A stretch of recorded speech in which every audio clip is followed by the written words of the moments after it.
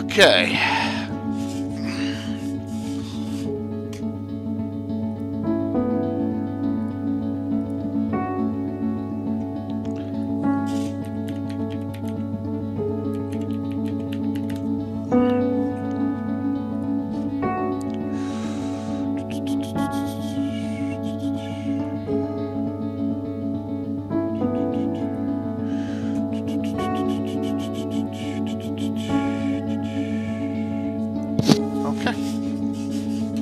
Looks good.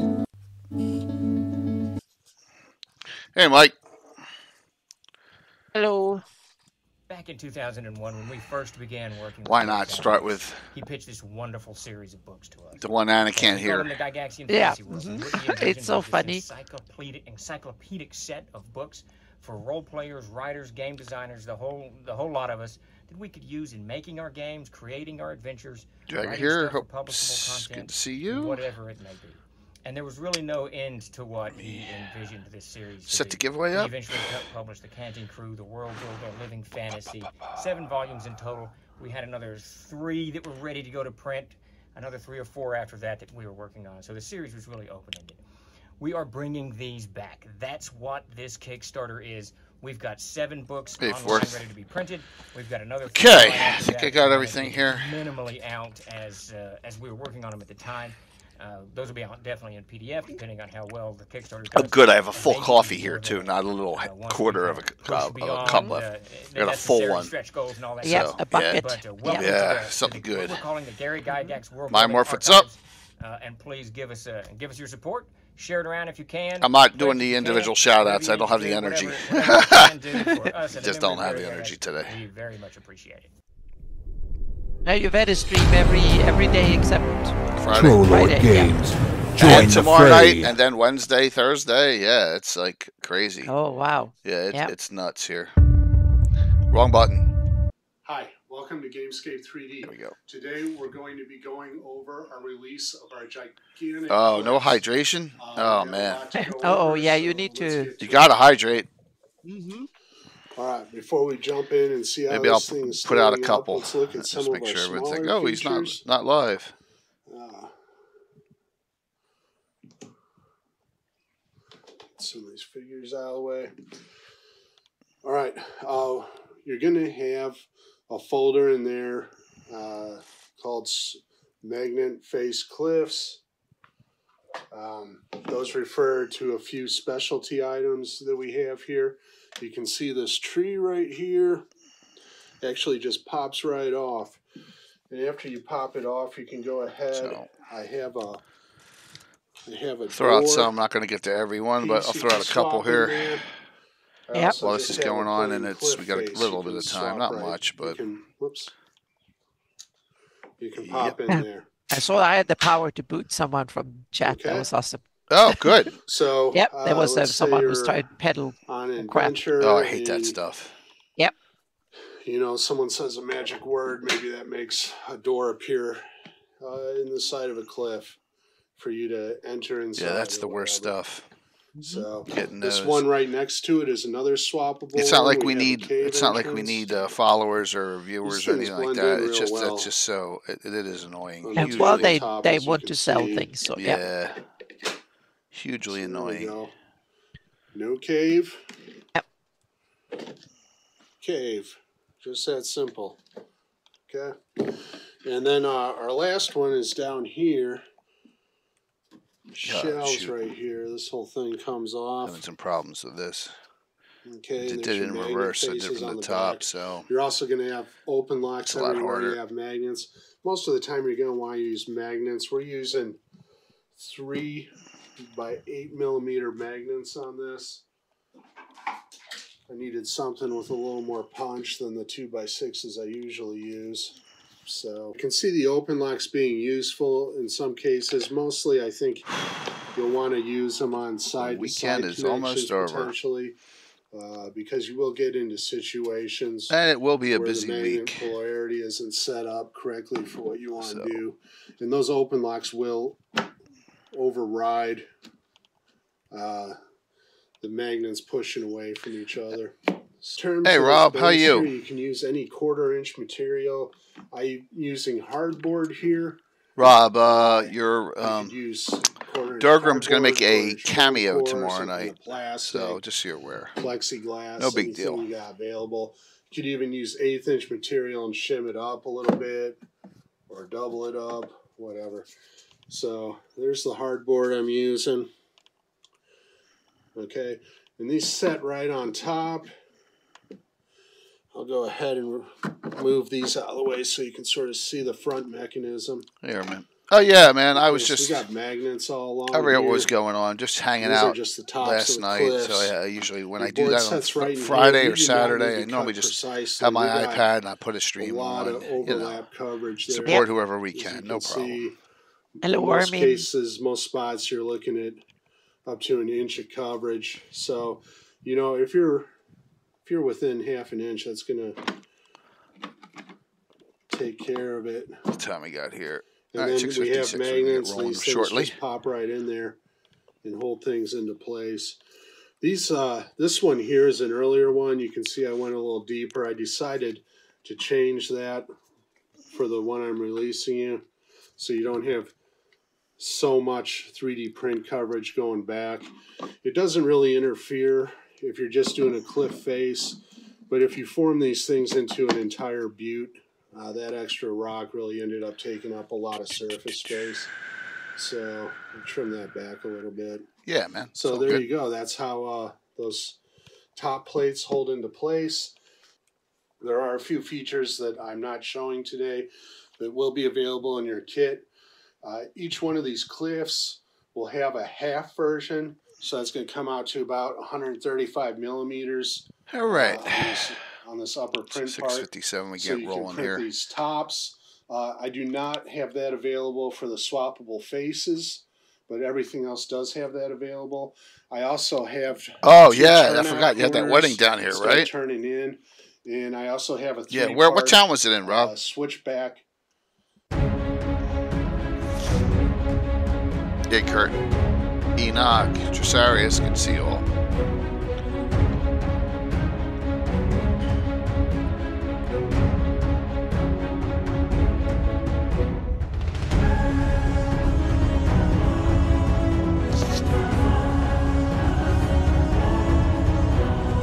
Cool. Yeah. Something wrong with that.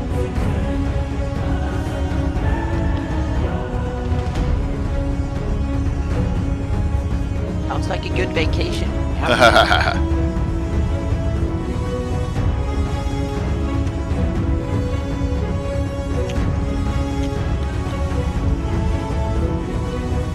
So,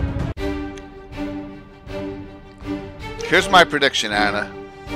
Okay. One person at least will say to me in chat, I'm paraphrasing, "You're effing crazy," after this discussion tonight. Okay. They might say that about me too. Yeah. Yes. I did an actual physical count, double-checked how many adventuring parties I have active. Oh wow! Yeah, that you lead me by 1,000 miles because I only have I have 0 active at the moment, so I have 2 inactive ones in my campaign.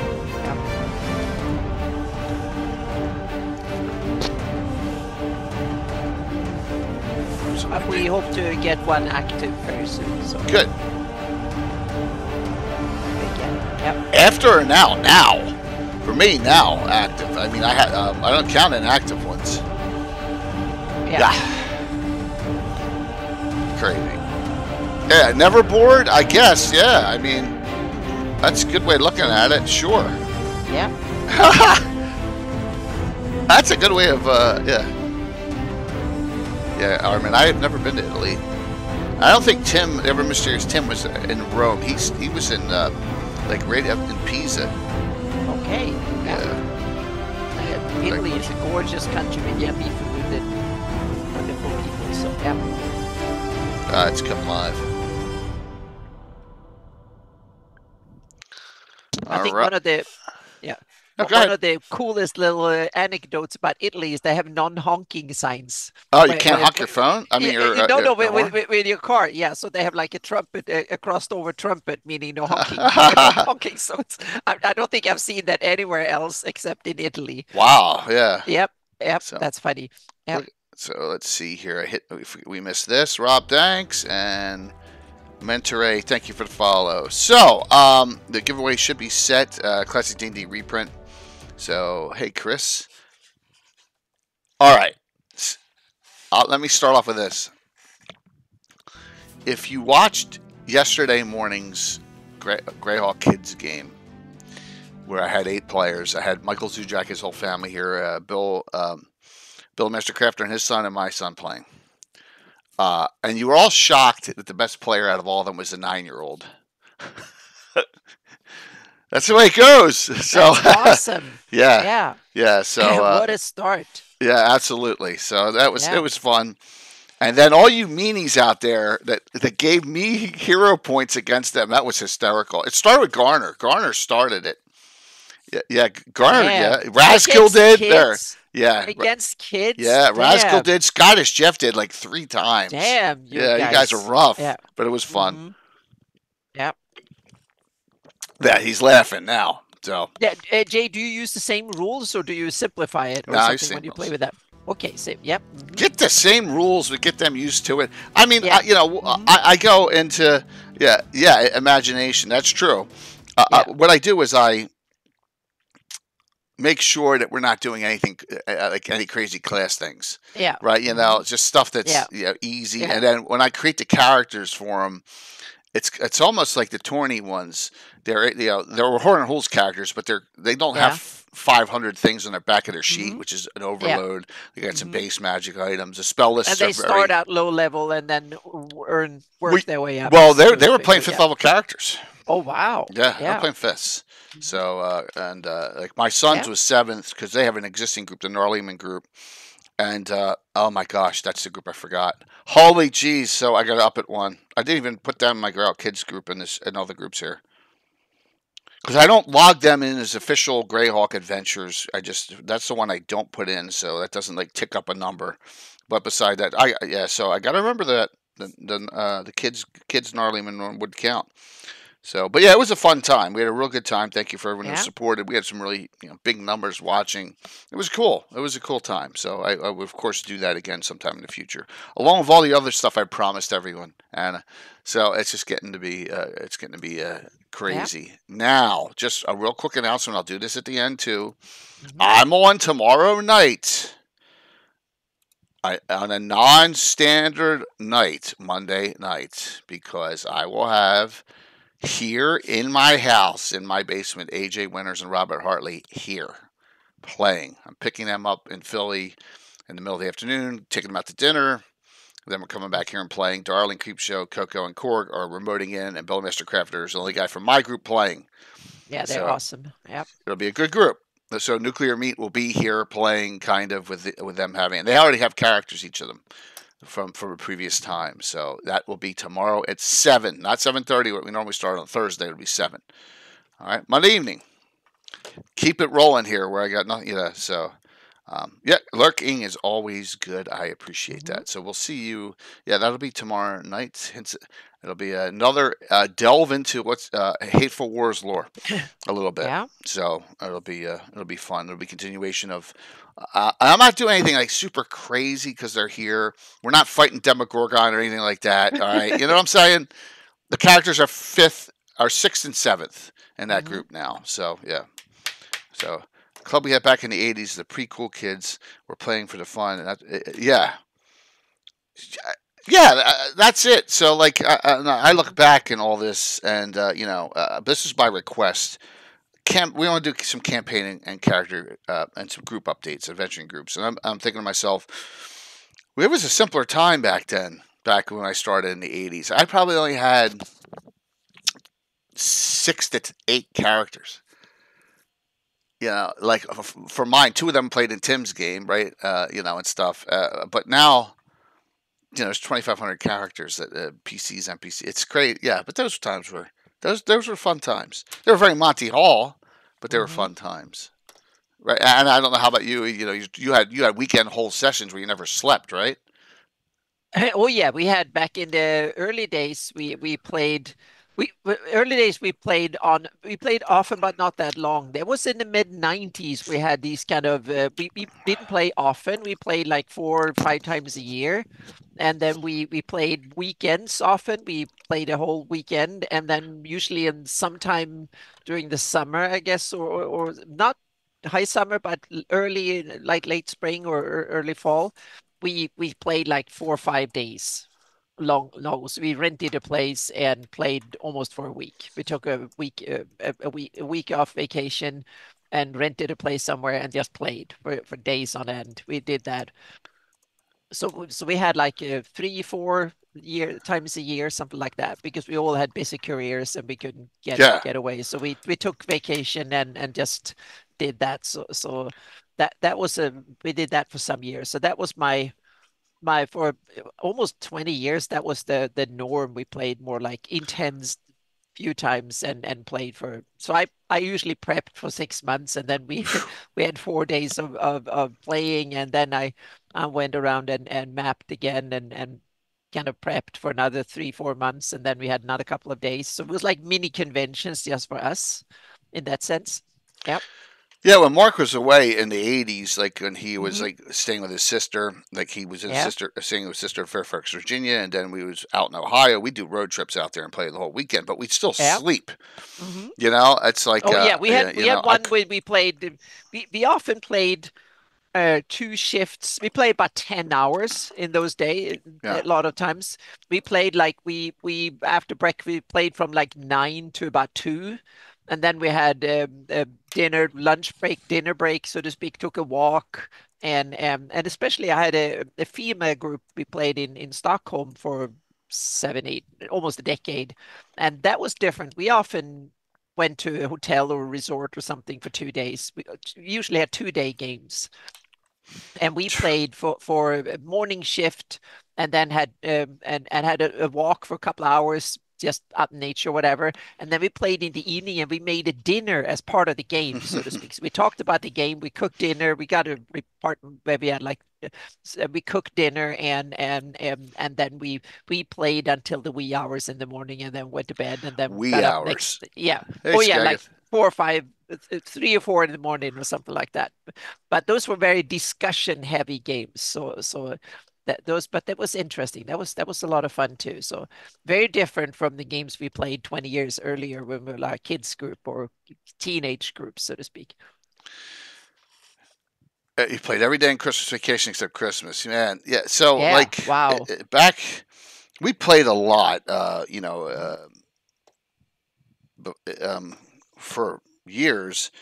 And then college came around, and then we didn't get Yeah. together as much, but it was still we were still active. The campaign was still Hmm. rolling, and Yeah. it's still going. So Hmm. here's where we are, and so update time. I'm trying to figure out how to Yeah. start this. So Yeah. this is the Allen spread here. Let me just pull this up on camera. I'll pull this up here. This is like you're big. What the heck is this? So we have Alan is so anal with stats and stuff and Mhm. analysis and you know, but this is an old one, but this shows like all the adventuring groups, who's got what character, what their name is, and what their class is, right? So it's just like, and this isn't all of them. This is by far not all of them now. This is from all the, existing ones. You got the Iron Brigade, Harby Irregulars, Druid Group. They're called the Yeah. Reclaimers now. The Legion Slavers. They're not called that. They're called the Ulick Hmm. Defenders Against Slavery. Huntsmen, Grey Company, Yeah. Windborne, blah blah blah. So there's a whole list here, and this is old because I wanted to show like Tim's dad was on here, and Mark is still playing it. This is an older one. I brought it up on purpose. So yeah, um, Yeah. maybe we played nearly every day. Yeah, I mean that's it. Leveling was a lot quicker at that time. So it is, Armin. It is awesome. It's just it's Hmm. so like you know the number crunching is really hysterical, and his like spreadsheet this is attached to. I cut it out of it. It's like Yeah. there's 20 different tabs at the bottom, all sorts Hmm. of analysis and stuff like. Oh Yeah. my But god. but you've been so fortunate. You've had basically your same game group have slowly Uh, evolved and changed over decades and stuff. I've had like 5 6 different game groups roughly one every decade or so, and Oh with some wow. changes. Yeah, first we had our local little group when I started playing the first 5, 6 years, and then I moved a little bit and we got a bigger group and we had that for like a decade or so. And that's when I really got into start playing in GREYHAWK and stuff and did the first. And then that disappeared and I moved again through work. You had to move and Right. do different things. So then I had a new circle of friends and I recruited new gamers. A lot of the people that I played with have been people that never played before. I just said, I need to run a game, so you need to come and sit and do this with me. So I got them that way, and that's one of my DM advice is that get people friends and get them to play, but you need to start slowly with them. You can't just force feed them gaming. You have to slowly get them into it. But So true. yeah, but Absolutely. that I did, and then so it was through work and friends and friends of friends, and I did it. And then I moved to California, and I had to start over again. But then I had the good opportunity because organized play was around, so I jumped on the bandwagon of Pathfinder organized play because then I found local gamers. It was easy. I went to the game stores, found friends and gamers, and I simply hijacked them into my GREYHAWK campaign, and we ran for better part of 10 years, about 10 years almost. Not 10, it was like 6, 7 years in that configuration. And then while that was kind of dying down, I started running online games when COVID hit and been doing that for 5 years and taken hiatus the last 6 months to because I'm going to shift into using my Hawktail rules. So using my Cool. own rule system. Yeah. So that's why my campaign is on hiatus, so I can implement that. So yeah. For me, it's a constant changing of rules. It's Yeah. constant play testing and little tweaks here and there. Yeah. That's where we are. So, so here's the question of the night. hmm Just think about this. You don't have to give it now, the audience, and I'll say it a couple times. Out of all the names I bring up, I want to know what the dumbest adventuring group name is that I share. Okay, and then we're Good going to one. vote on it Good because I have one. my Yeah. players vote on it, Mhm. and they, and so you would be surprised. But yes, Yeah. so yes, I will go over some of these. I'll go over Yeah. all of them. I'll tell you every single name of every single hmm group that we have, and You should publish that list somewhere so well, people can. Yeah. I'm gonna show one of them right now. Yeah. So let's start with let's do an update for GREYHAWK City.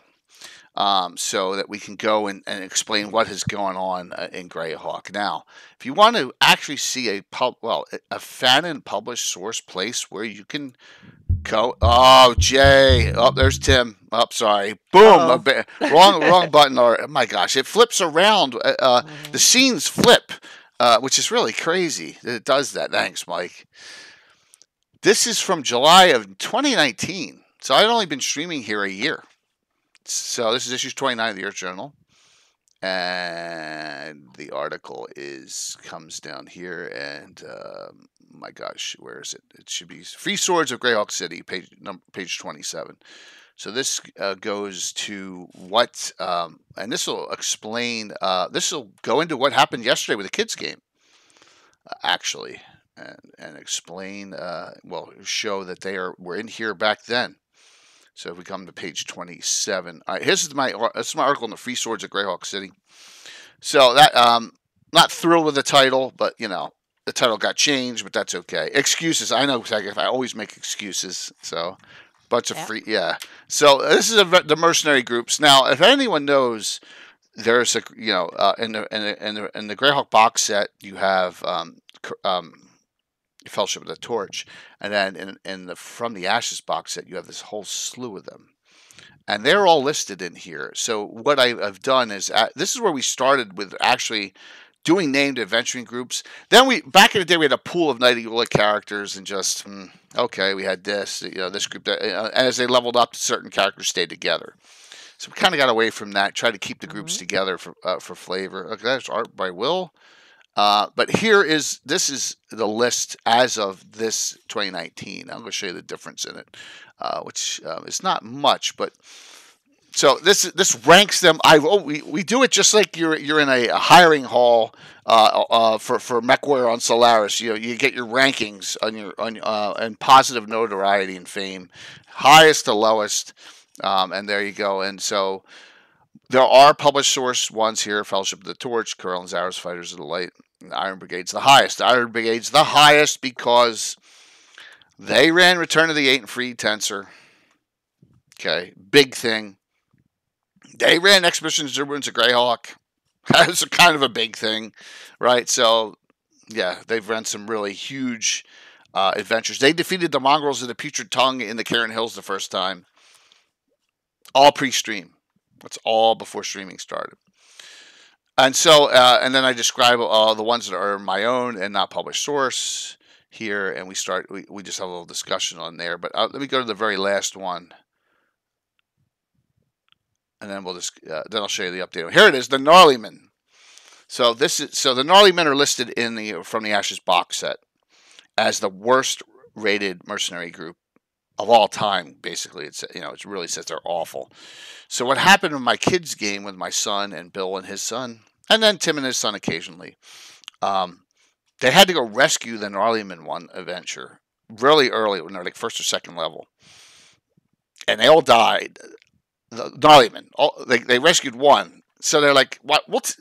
My character was from my son's character was from the Gnarly Force. We're going to take the name over and take it over." So Michael, and you were there, yeah. The Gnarly, they ventured yesterday was the Gnarly Men, and look, they've only gone up in one level. This was published in 2019. So Tiberius, my son's, is 7th, and Sean the Slayer, which is Bill's son's, is 5th in here. So he's actually 6th now. So they only went up one level in 5 years. So there you go.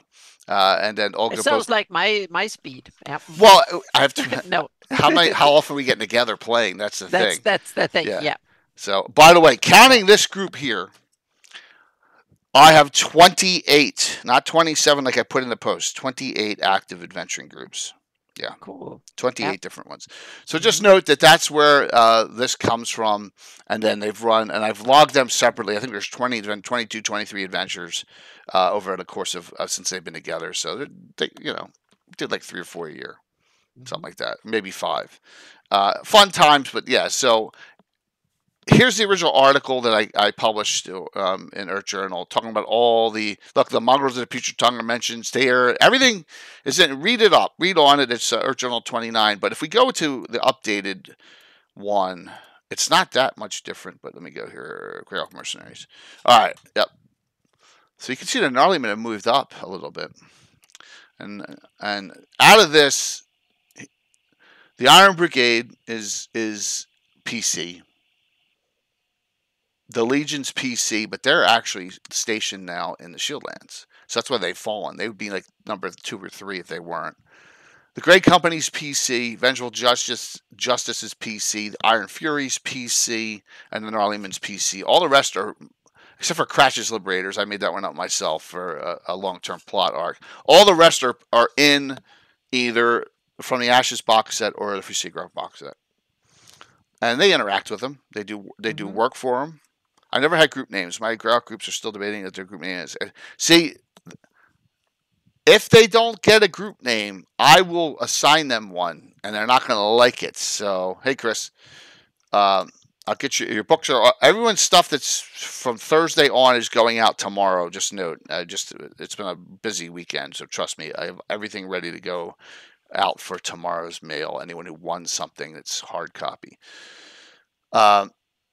Yeah, it's I know that's a little nutty, but I love that they're named so we can figure out who we're playing. It's a big thing when I say like we're gonna play the Legion. Oh, great! We're get to play high level 11th, 12th level characters for a change. So that's what they'll know. So yeah, and each name should have a meaning. Some of them have dumb meanings.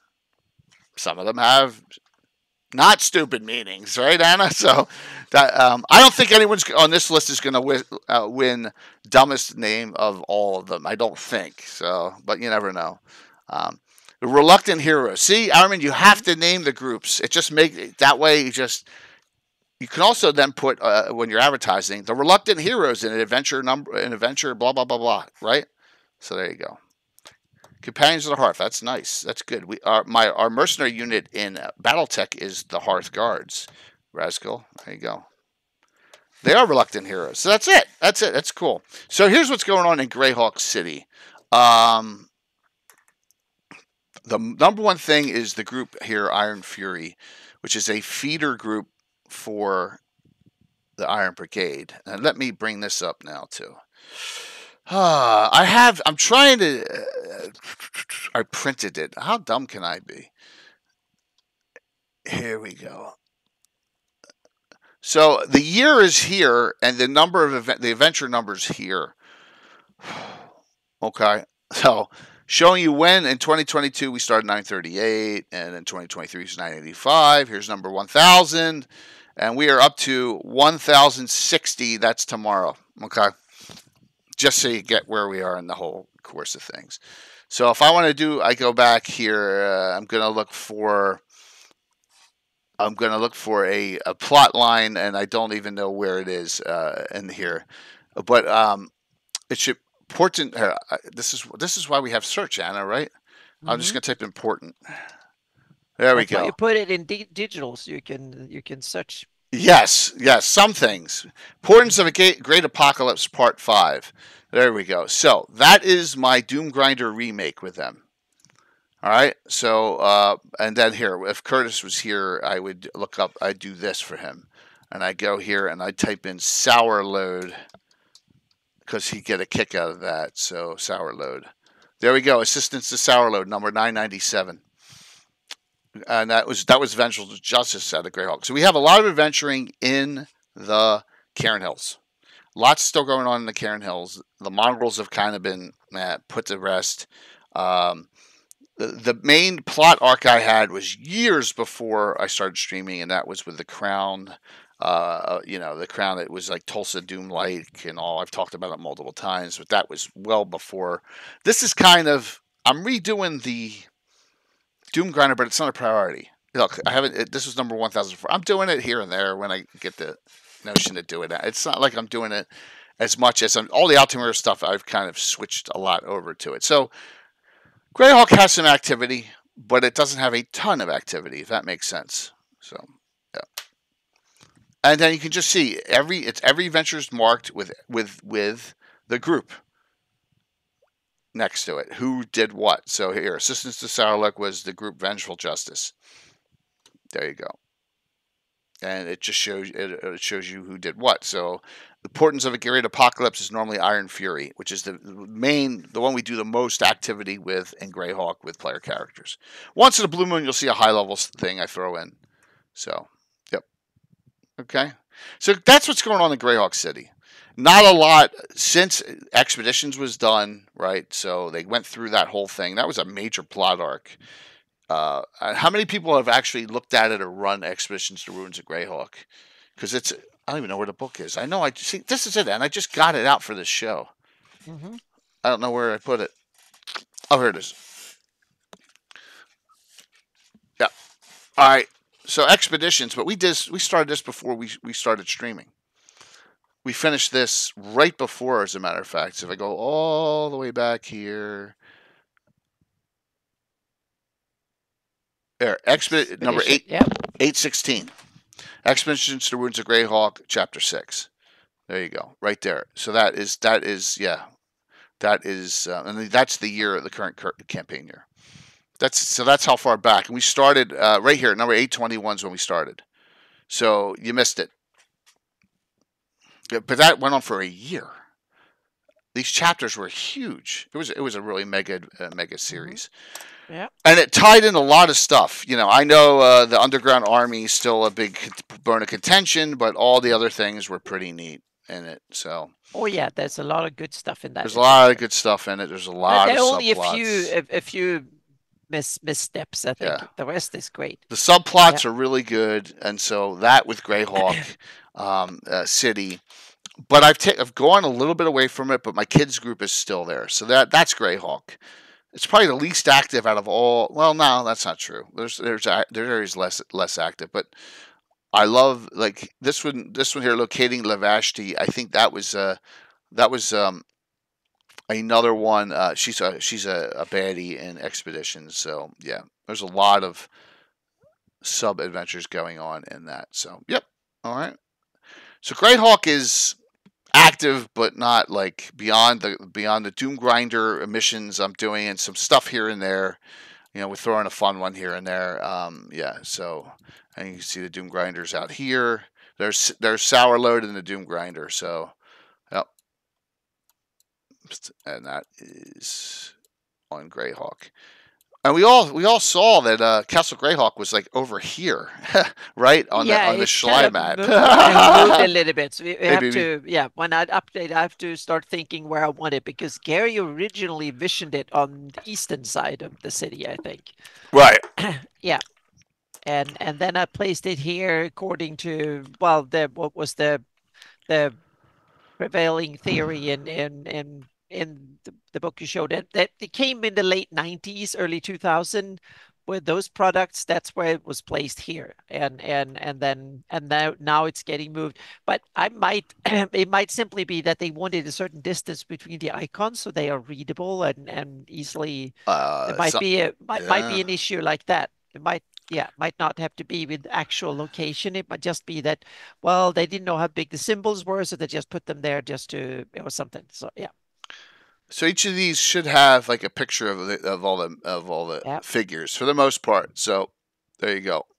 As you can see, Erebus is a member, actual member of this group. There, Michael. There's Erebus and there's Tabitha. They're both members of Iron Fury, and they're also Iron Hole's characters. So yep. So that's the adventure group Iron Fury, and they're out of and they're in GREYHAWK. I think I have one for my kids group here too. Let me see if I have Gnarly Man. Yep.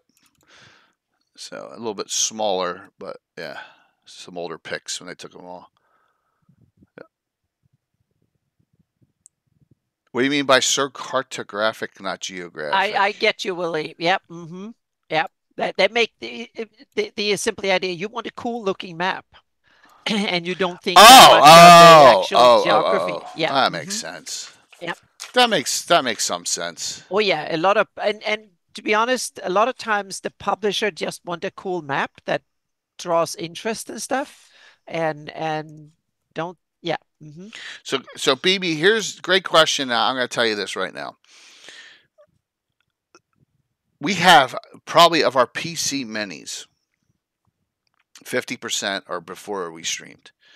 I have Reapers, I have Prince Augusts, I have Ralparthas, I have Grenadiers, I have Rathams, and we ain't changing around all those miniatures. And so when I went in with Reaper and any other company, and Printing Goes Ever On and all, no one expects us to change out all of our miniatures.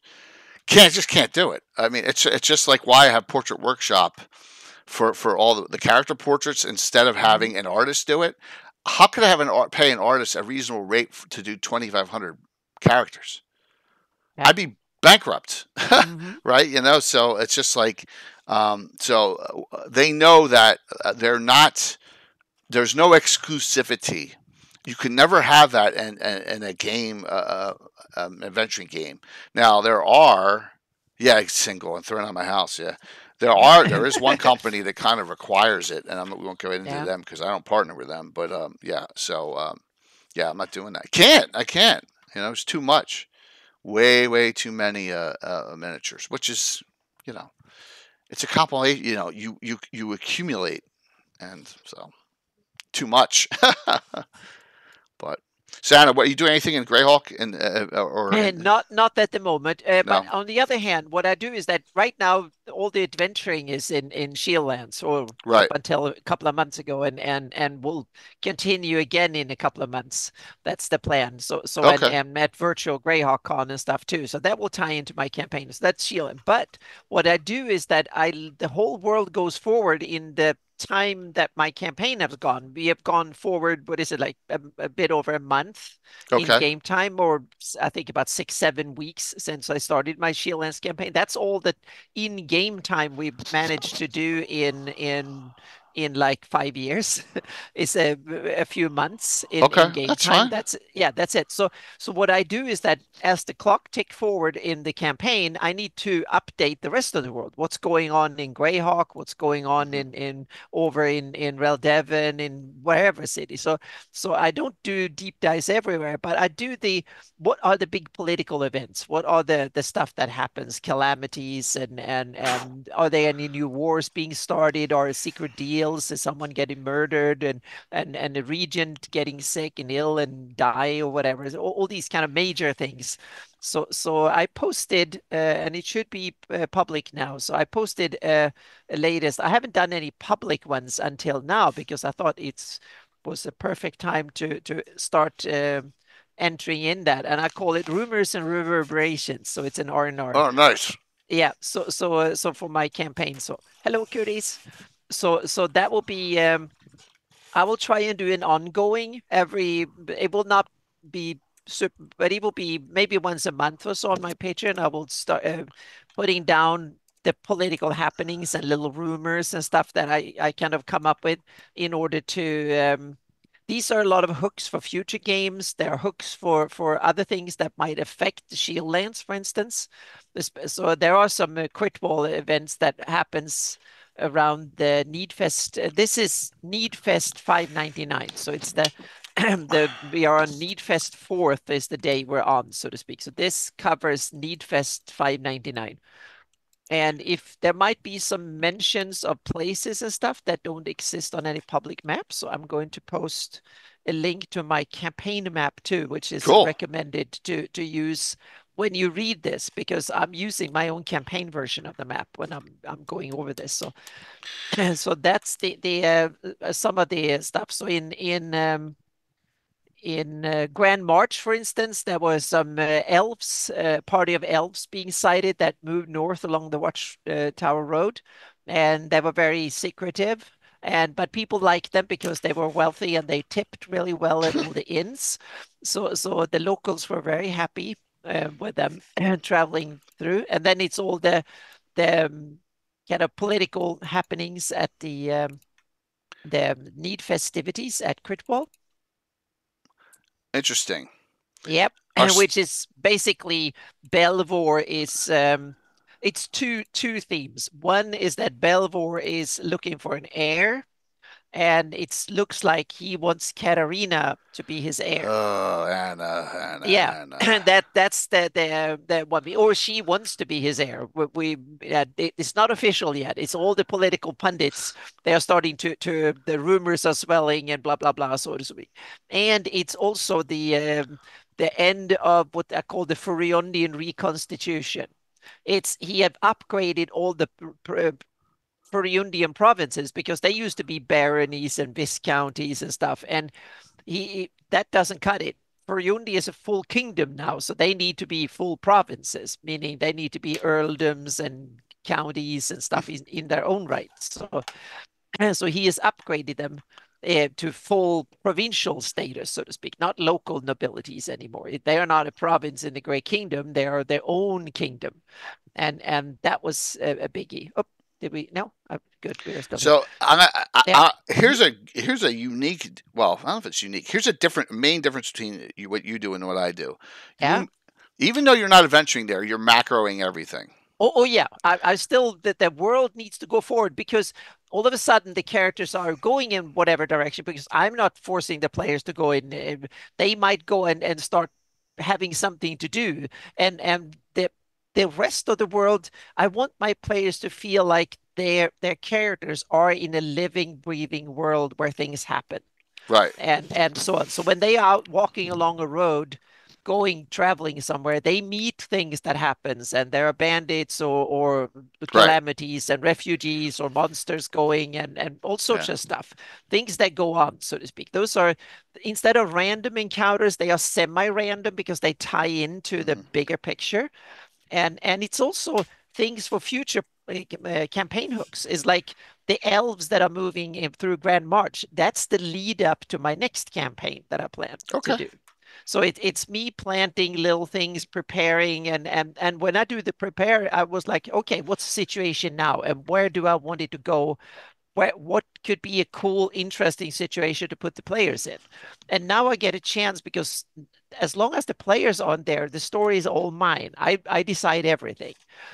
But as soon as I let the players, but the characters in, then all of a sudden the story is not longer mine, it's ours combined story, so to speak. All of a sudden the players play an active role in shaping it. So Okay. therefore I need to kind of put my spin on it and then let the players in there and then see what comes out of it. And I do it via the adventures themselves. Yeah. Because I have so many different. We have adventuring right now. We showed GREYHAWK already. GREYHAWK, Harby, the Wild Coast, Narwhal, Principality of Ulick, Altamira, and the surrounding lands, Vespi Forest, Shield Lands. I don't need to know what's going on in the Great Kingdom. No, and I simply because I want the world to go in. Sometimes I ignore, meaning I right now I have no clue what's going on in the Thelonian Peninsula or the right, absolutely, same here. Yeah, so I only do things that interest me, good, and that that's I think cool. could be relevant, so to speak. Yeah, that makes sense. And but as soon as I think it could be relevant for the campaign, for instance, I have the Niron this part. Things are going on in Nessermouth, where the King Leonard is having a secret meeting to plot future things. And there's like rumors what's going on. The king is here for Needfest, and he might want to escape the cold up north, but things are going on, and there's some ships from Hardby here, 4 or 5 of them, and they have no cargo, so more than a few people, and they have some beefy bodyguards that yeah, and there seems to be secret meetings going on, and the king is in the city and stuff. So there are things going on that I try to, and these are so then leading up to things, and to what King Leonard is doing. He's discussing the kingdom's future together with the Ernst states. That's what's going on. He has a conference about the Nyrond and Ernst joining forces more closely, so to speak, and both marriage, heirs, and stuff like that, and building alliances, so to speak. So, and he wants that as far away from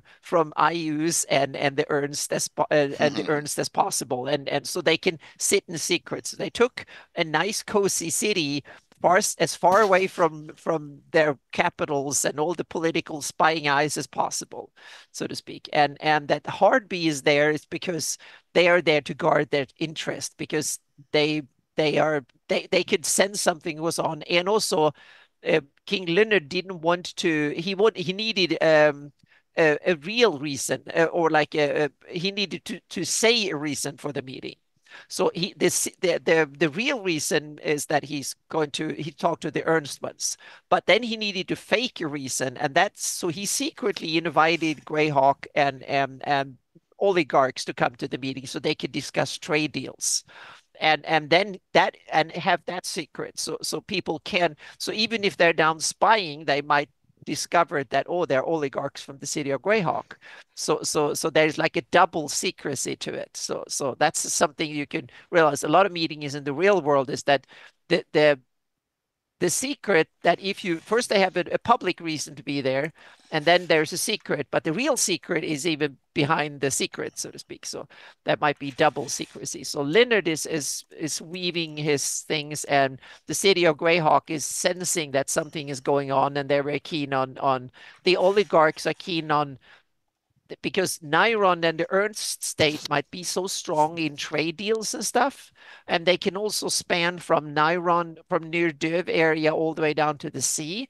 So the oligarchs are interesting in making sure that they can have a seat at the table as much as possible, and make sure that there isn't too much alliance going on, and there's not too much loving between those realms. They want to have a secure their profits, so to speak. Cool. And their influence. So that's why they were invited to kind of neutralize them and so on. So and then it's the the wrangling at in the GREYHAWK city itself, so to speak, and that they have that's written up in, I think it's from the box set, where they each need fest, the oligarchs invite all the potentates, ambassadors, and all the guild masters and all that for a private meeting with the mayor.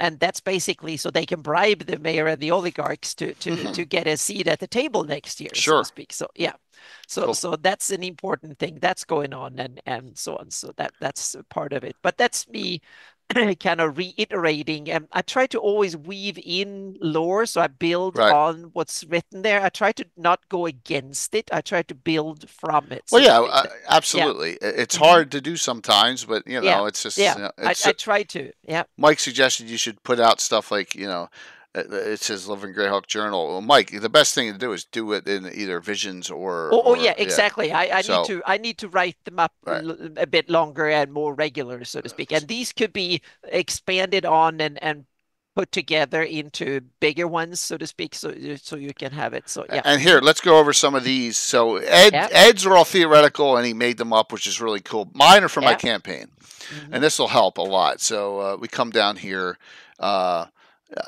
So and then we'll show it on the map. So this one here, or the Order of Ulick, this has been brewing for a while. So if we all know that what the Order of Ulick defends, the Order of Ulick holdings run from Altamira, and then run from this the outpost number 1 all the way down to Wales Castle here, and they defend the entire Jewel River along against the Pomars. They also have holdings in the Shield Lands, right? Here, Durgam's Folly, Pursuer's Lodge. Mhm. All right. And in the Vestry Forest, there's some up here, way up, the Eagle's Nest up here. And then there's some other locations throughout the lands, including offices in GREYHAWK City and Hardby. And so, first one here is right at this location. Let me bring this up. All right, so here. So it says, recently credible sources have reported that the Prince of Ulick has become more frustrated with the Order of Ulick's rising power and will attempt to seize Outpost 2. It should be 1, and I told Gary that, and it wasn't. Well, it may have been corrected in a future. He said he had to make some corrections.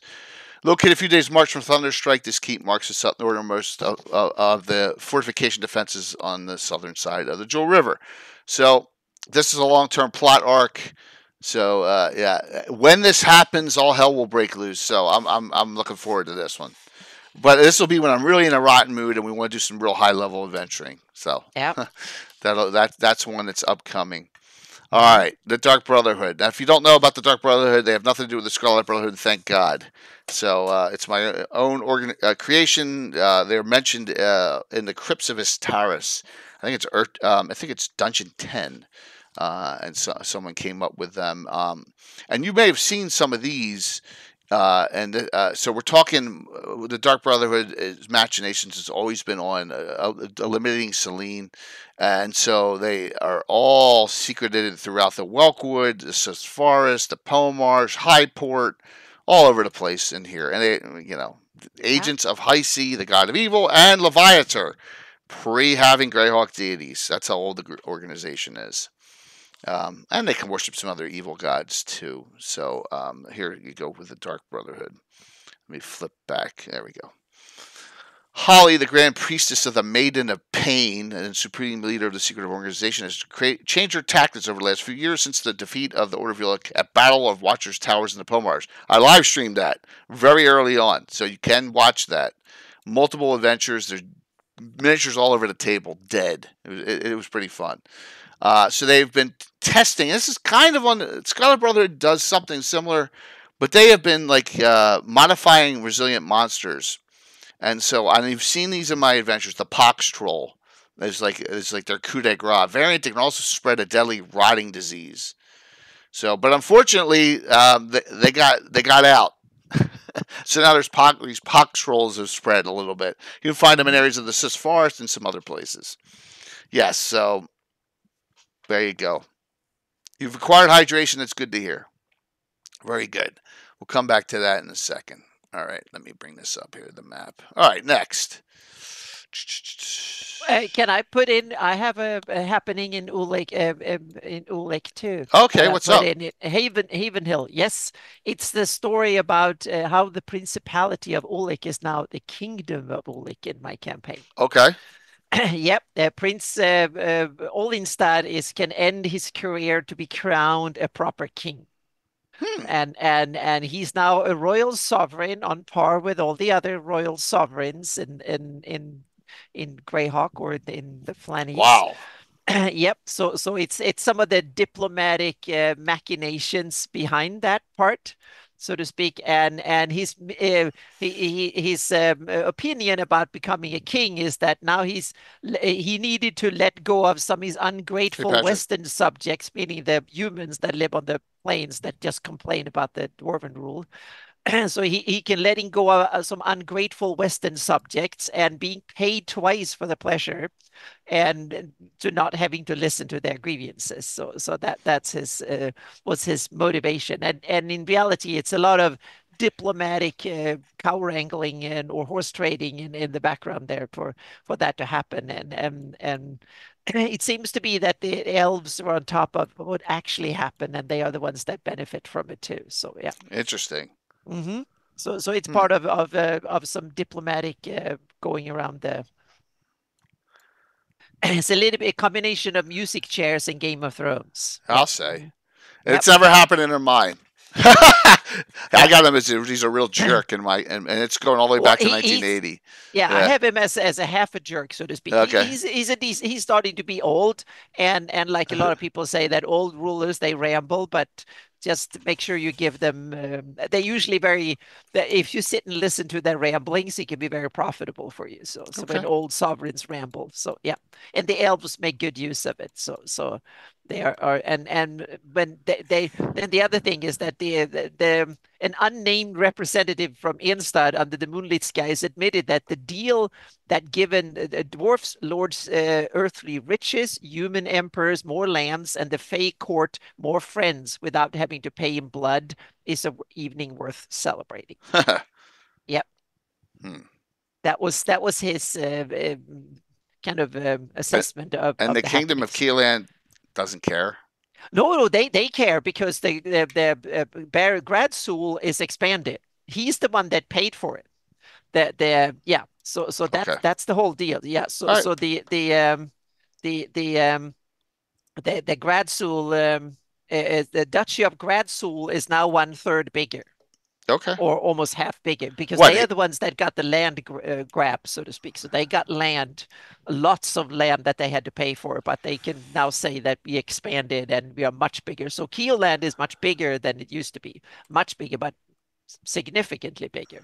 So they got good lands down there on the plains that those folks weren't that fond of Prince Olinstad in the first place, and Prince Olinstad weren't so fond of him. So he got the Grad School family to pay for the whole thing, and then the elves paid on top of that to get the deal done, so to speak. And the dwarfs got the money and all the gold and stuff, and they were happy and got the status of calling himself a true sovereign king. So yeah, titles and money can buy a lot of things in the world. And land, I guess, too. They gave. Oh yeah. Wow. Mm-hmm. Okay. He gave away land, but to a dwarf that means less, so to speak. You can titles and earthly riches can mean as much, especially if the land is a lot of grumpy human farmers that live on it. That can be Okay. So that was the deal, so to speak. Okay.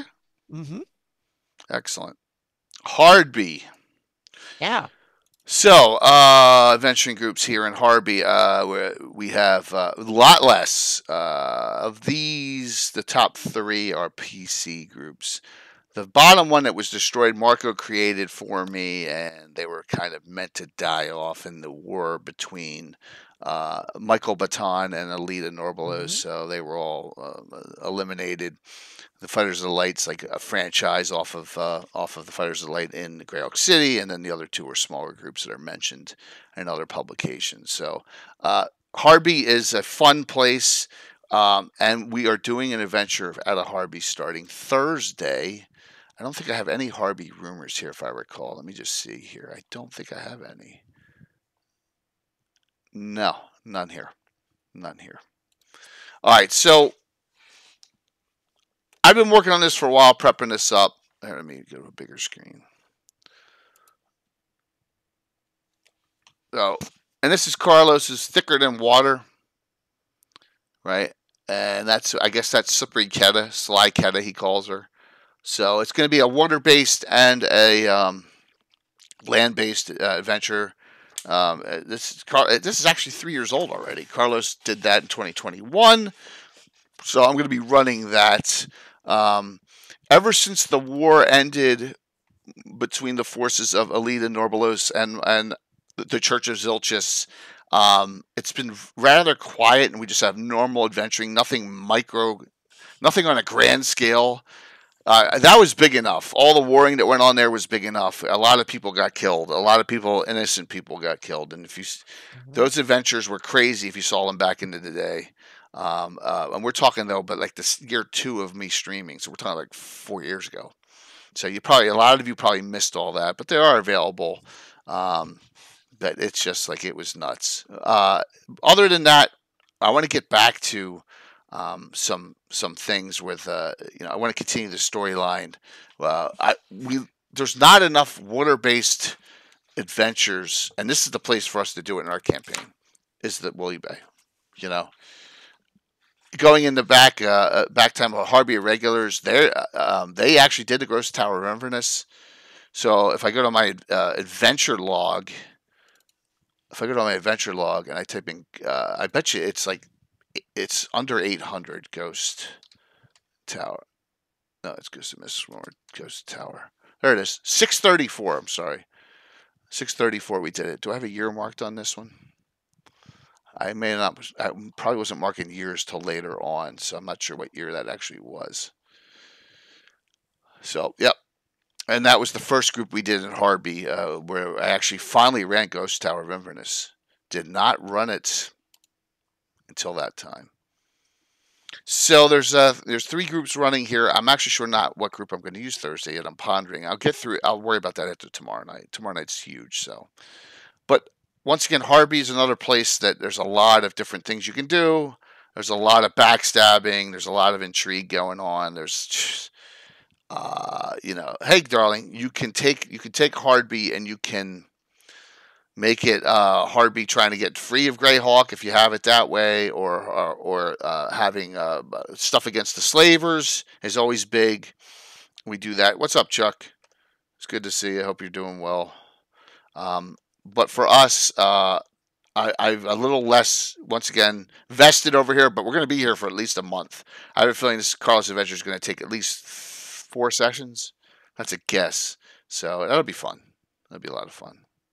I'm just shouting out some people who just came on here. Give me a sec. Darling will be on tomorrow night with us. So that's Harby. And I know you had some machinations or any other things going on with. No, I haven't been in Harby in forever, but yeah. But my sense of how I've seen Harby politically is that during the when all the trouble started with Turismak and the Ormarsh and Ayus and all of that, then Harby realize it's much better to have friends, and that's when they got closer with GREYHAWK, because they're codependent, meaning Harby has the ocean side of the trade, and GREYHAWK has the New Dib side, the seaside part of the trade. So they kind of dependent. If they start blocking each other, then they both lose. And businessmen tend to be pragmatic when it comes to their profits, so to speak. So in that sense, they are not dogmatic ideologues. They're run by business folks deep down, and that means that business folks have a tendency of skipping ideological things if that kind of threatens their profits. And I think that, and especially when the rest of the world is getting difficult and more dangerous than usual, that's when they put their differences aside and can cooperate. So they are formally part of the domain of GREYHAWK, but they are definitely ruling their own interest. It's more like foreign policy and stuff like that they have to cooperate on, so to speak. But I also have it that Harby is older than GREYHAWK. as a city. It was a city long before Greyhawk, which means that Huh. that it has have a prouder history that they want to emphasize. Meaning, Selintan was a village when Hardby was a big town or by the coast, so to speak. Interesting. So I have it that Hardby is older. Then Greyhawk outgrew during the Grey Kingdom era, outgrew Hardby many times over. But Hardby still want to maintain we are the oldest, so to speak. We've been here the longest, so we have longer traditions than Greyhawk. So they have some of that part. So Okay.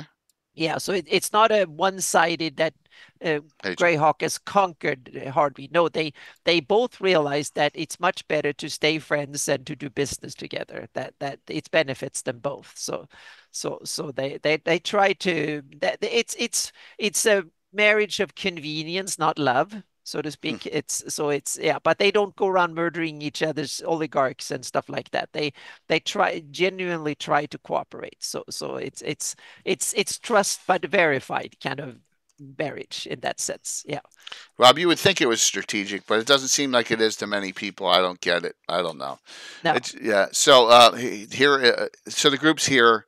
This is the Hardby Irregulars. I don't know why I don't have a Reckless Indifference picture. I can't find it. That one, and this is the Hiltless Swords.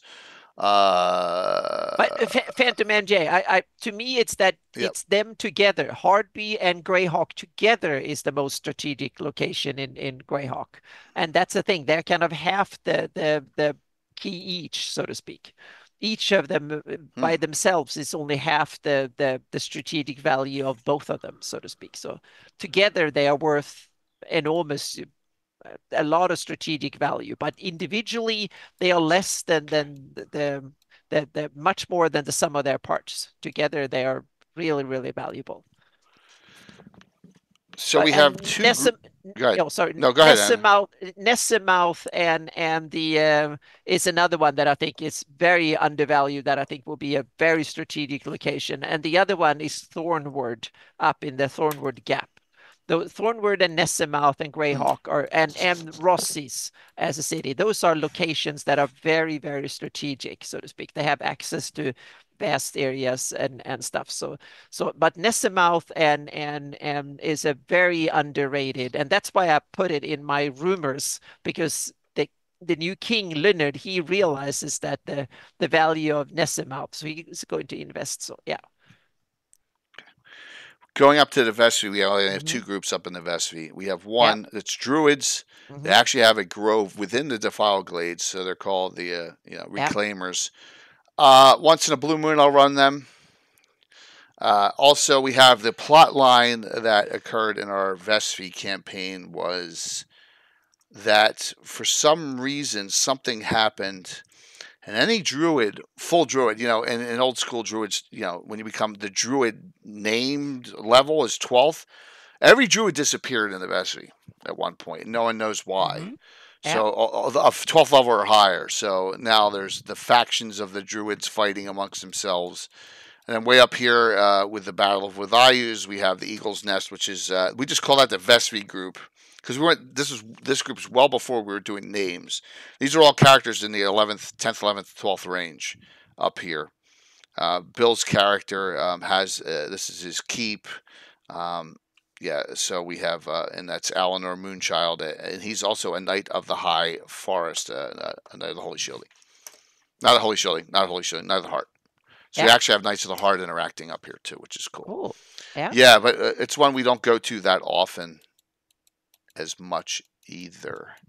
But it is cool to change scenery from time to time and not play in the same Absolutely, area and that's the great thing about bouncing around with 28 is the correct total. 28 adventuring groups. It's crazy. So, but most of our time we're going to talk about is right here. Right, most of our time is right here because that's where we've been doing stuff. A lot of stuff in the campaign lately.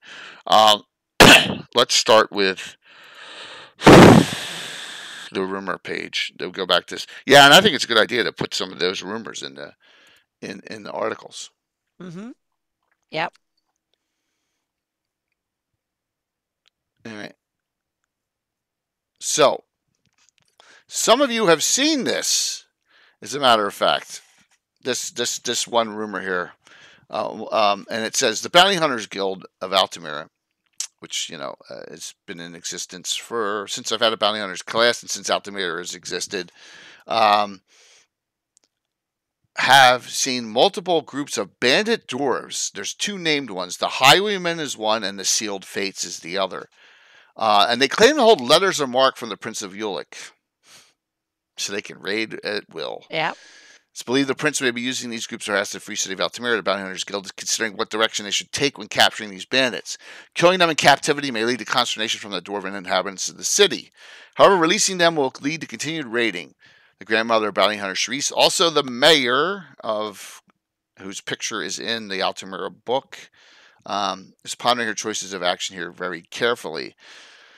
This leads me to GaryCon, and you see them scrolling through, but we did our adventure here with this group, the Slav Squad. One of my, and I counted them. We're going to say there's 5 special groups of characters I have now. One's unnamed. We have 2 Drink Minimum, the Slav Squad, the DFCC, Nuclear Meat, and then the brand new group, which we just started. So in this adventure, the Slav Squad, Josh Pop's character was kidnapped by the Sealed Fates. That's what the whole adventure was about at GaryCon. So they had to. Oh yeah, there you are, Greg. You're in that picture too, man. Right there. Yeah. Scythy and you were right there. Yeah. So this is cool, and this is what I love about having all these extra groups with all these people from the community, streamers or whatever. They get to experience what's going on. So they had to rescue. Carl Spacklerleaf. And they did. They were successful, and it was a fun time. So, yeah, and that's part of that rumor is that they're getting more brazen. Now, I've tied that into the Altamira set for aired with having the Sealed Fates and the Highwaymen there still. So we can, but there's not a reason for it. But they're there. Just so, because can't publish a GREYHAWK publication like that. So yeah. So, and then you've probably seen this, but there, Darling dressed as Rosie, the cutest dwarf. Oh, sorry, halfling ever. Yes. Yep. Mm-hmm. Yeah. So it was a great time. Yeah. I don't know. I'm probably only going to run one campaign adventure because it's not 2 weekends this time. I got to figure all that out. I got to talk to Josh or whatever. So yeah, that was great. That was a great time. Eric and I had fun. This, and we'll talk about this at the end of the night, to one of the big events that just has happened the last 2 months. The 2 characters down here proclaiming their love for each other, right? Devin and Kazara led to the wedding event, which we'll talk about, where Fritz Winchester showed up. So that was a great thing. It kind of melded into that great crossover event that Eric Mona was part of. Mm-hmm. Cool, Lomas. He officiated the wedding. Yep. Yes, he did. It was fantastic. So, yeah, that was awesome. So a couple of my guys say the dumbest name is the Slav Squad, by the way. I think Dale Asher agrees. But a couple of my guys go, it has nothing to do with GREYHAWK. And I'm like, you got to give them a little bit of a leeway. They're having fun with it. But so 2 of my guys voted for the Slav Squad, just so you know. Mm-hmm. Sorry, I wasn't one of them. So, yeah. All right. So that's one of the rumors here through the Bounty Hunters Guild that actually happened in the game. And that one we'll talk about in a second. And so I know you got a lot going on in Selene, Anna. But this rumor... I have a lot of things I'm starting to work out things because I want to run a campaign there in the future that starts in Selene. So right now I have to start the rumor mill so I can get my creative juices flowing, so to speak. Cool. So that's why. Yeah. Mm-hmm. So for me, it's the Selene Sus Forest Knights watch. Yeah. Well before the stupid Knights of Luna ever existed, right? Mm-hmm. So sorry, but I think I created this group in 82 or 83. I like both. They both can exist. I don't have a problem with that. Yeah. Corellan's Arrows is an awesome name too. Well, Corellan's Arrows is right. Corellan's Arrows is they're a mercenary group. They're not a knighthood. Ah, gotcha. Yeah. There's the Knights of Luna, right? That's the one that Mel supposedly is the head of that Luke had Mm-hmm. no idea about, Yep. and then this one, the Sith Force Night's Watch. So Yep. this was founded after we just did it, the Hateful Wars. They, in order to have an order of knights that would protect the borders, the charter only calls for 12. The order says that's not enough, and they want to raise it to double it to 24. All right, 24 members. But Yolanda is believed will not approve this because she does not want them to become too powerful. And 24 knights instead of 12, but that's elves for you, and that's a true thing going on in the campaign there. So, yep, that whole stretch of done. Cool. So just to give you another rumor there, I don't have any venturing groups that are really Selene active though. That doesn't, you know what I mean? Selene, they're from Selene, but there's adventuring in Selene, but it's not a base. It's not a base of operations, for adventure groups. Yep. They vacation there. Yeah.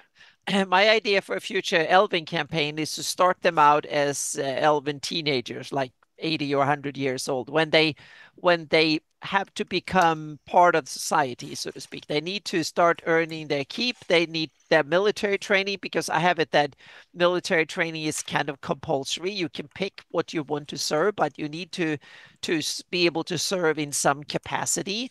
So that's part of growing up as an elf. You need to be as seen as a full member of society. You need to show that you have the mettle, so to speak. So I will have the players, the characters, go through that training with, so they've done all the basic training, so I will put them in at level 1 or 2 or something like that, so they will know the basics, but they haven't been done real combat, so to speak, been at the front, and then send them on a warm-up mission to the sus forest or something to do some under little bit of supervision, and send them out doing it, and then we will go start, and then as that progresses and they can see that, well, these work, then they will be a support group on going on a real life mission, and they will be the ones guarding the rear, and they will be guarding the resources and the base, so to speak, when the real one, and that will be the next level up, so to speak. And then after that, then they will be the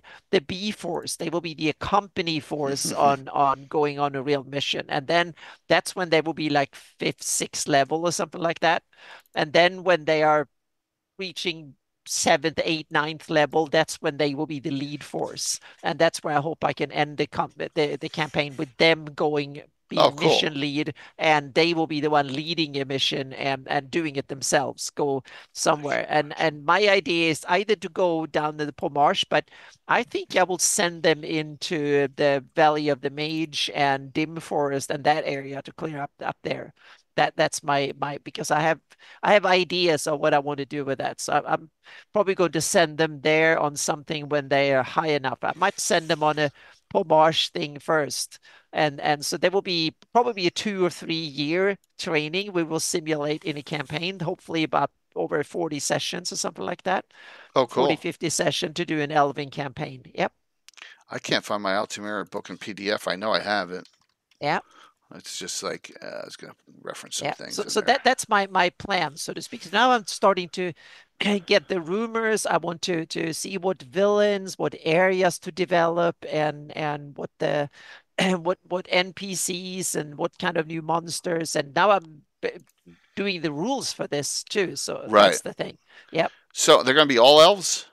Elves or half elves or humans. I will Okay. allow all of them in, and maybe even half orcs and stuff too, as might be possible too, but probably not. But they will be I will be yeah. So definitely.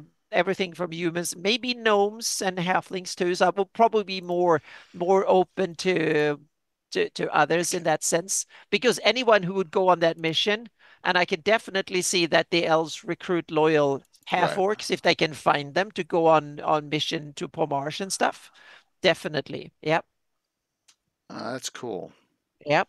So that might be a possibility, but primarily elves and half elves. But humans, yeah, sure. Yep.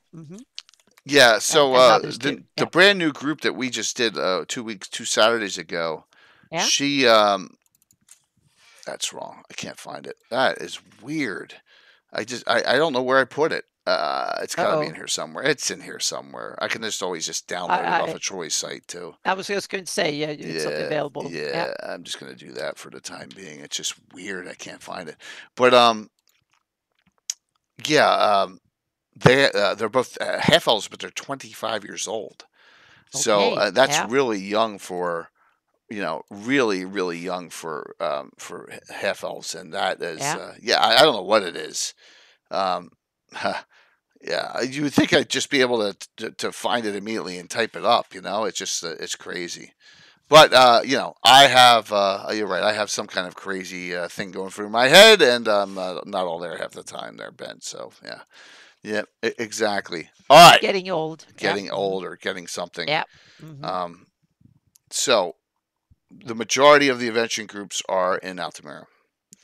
A majority of them are here. Now they go in different places, but throughout the lands here, I've been developing the whole area, and the main subplots are, there's three. The Low Road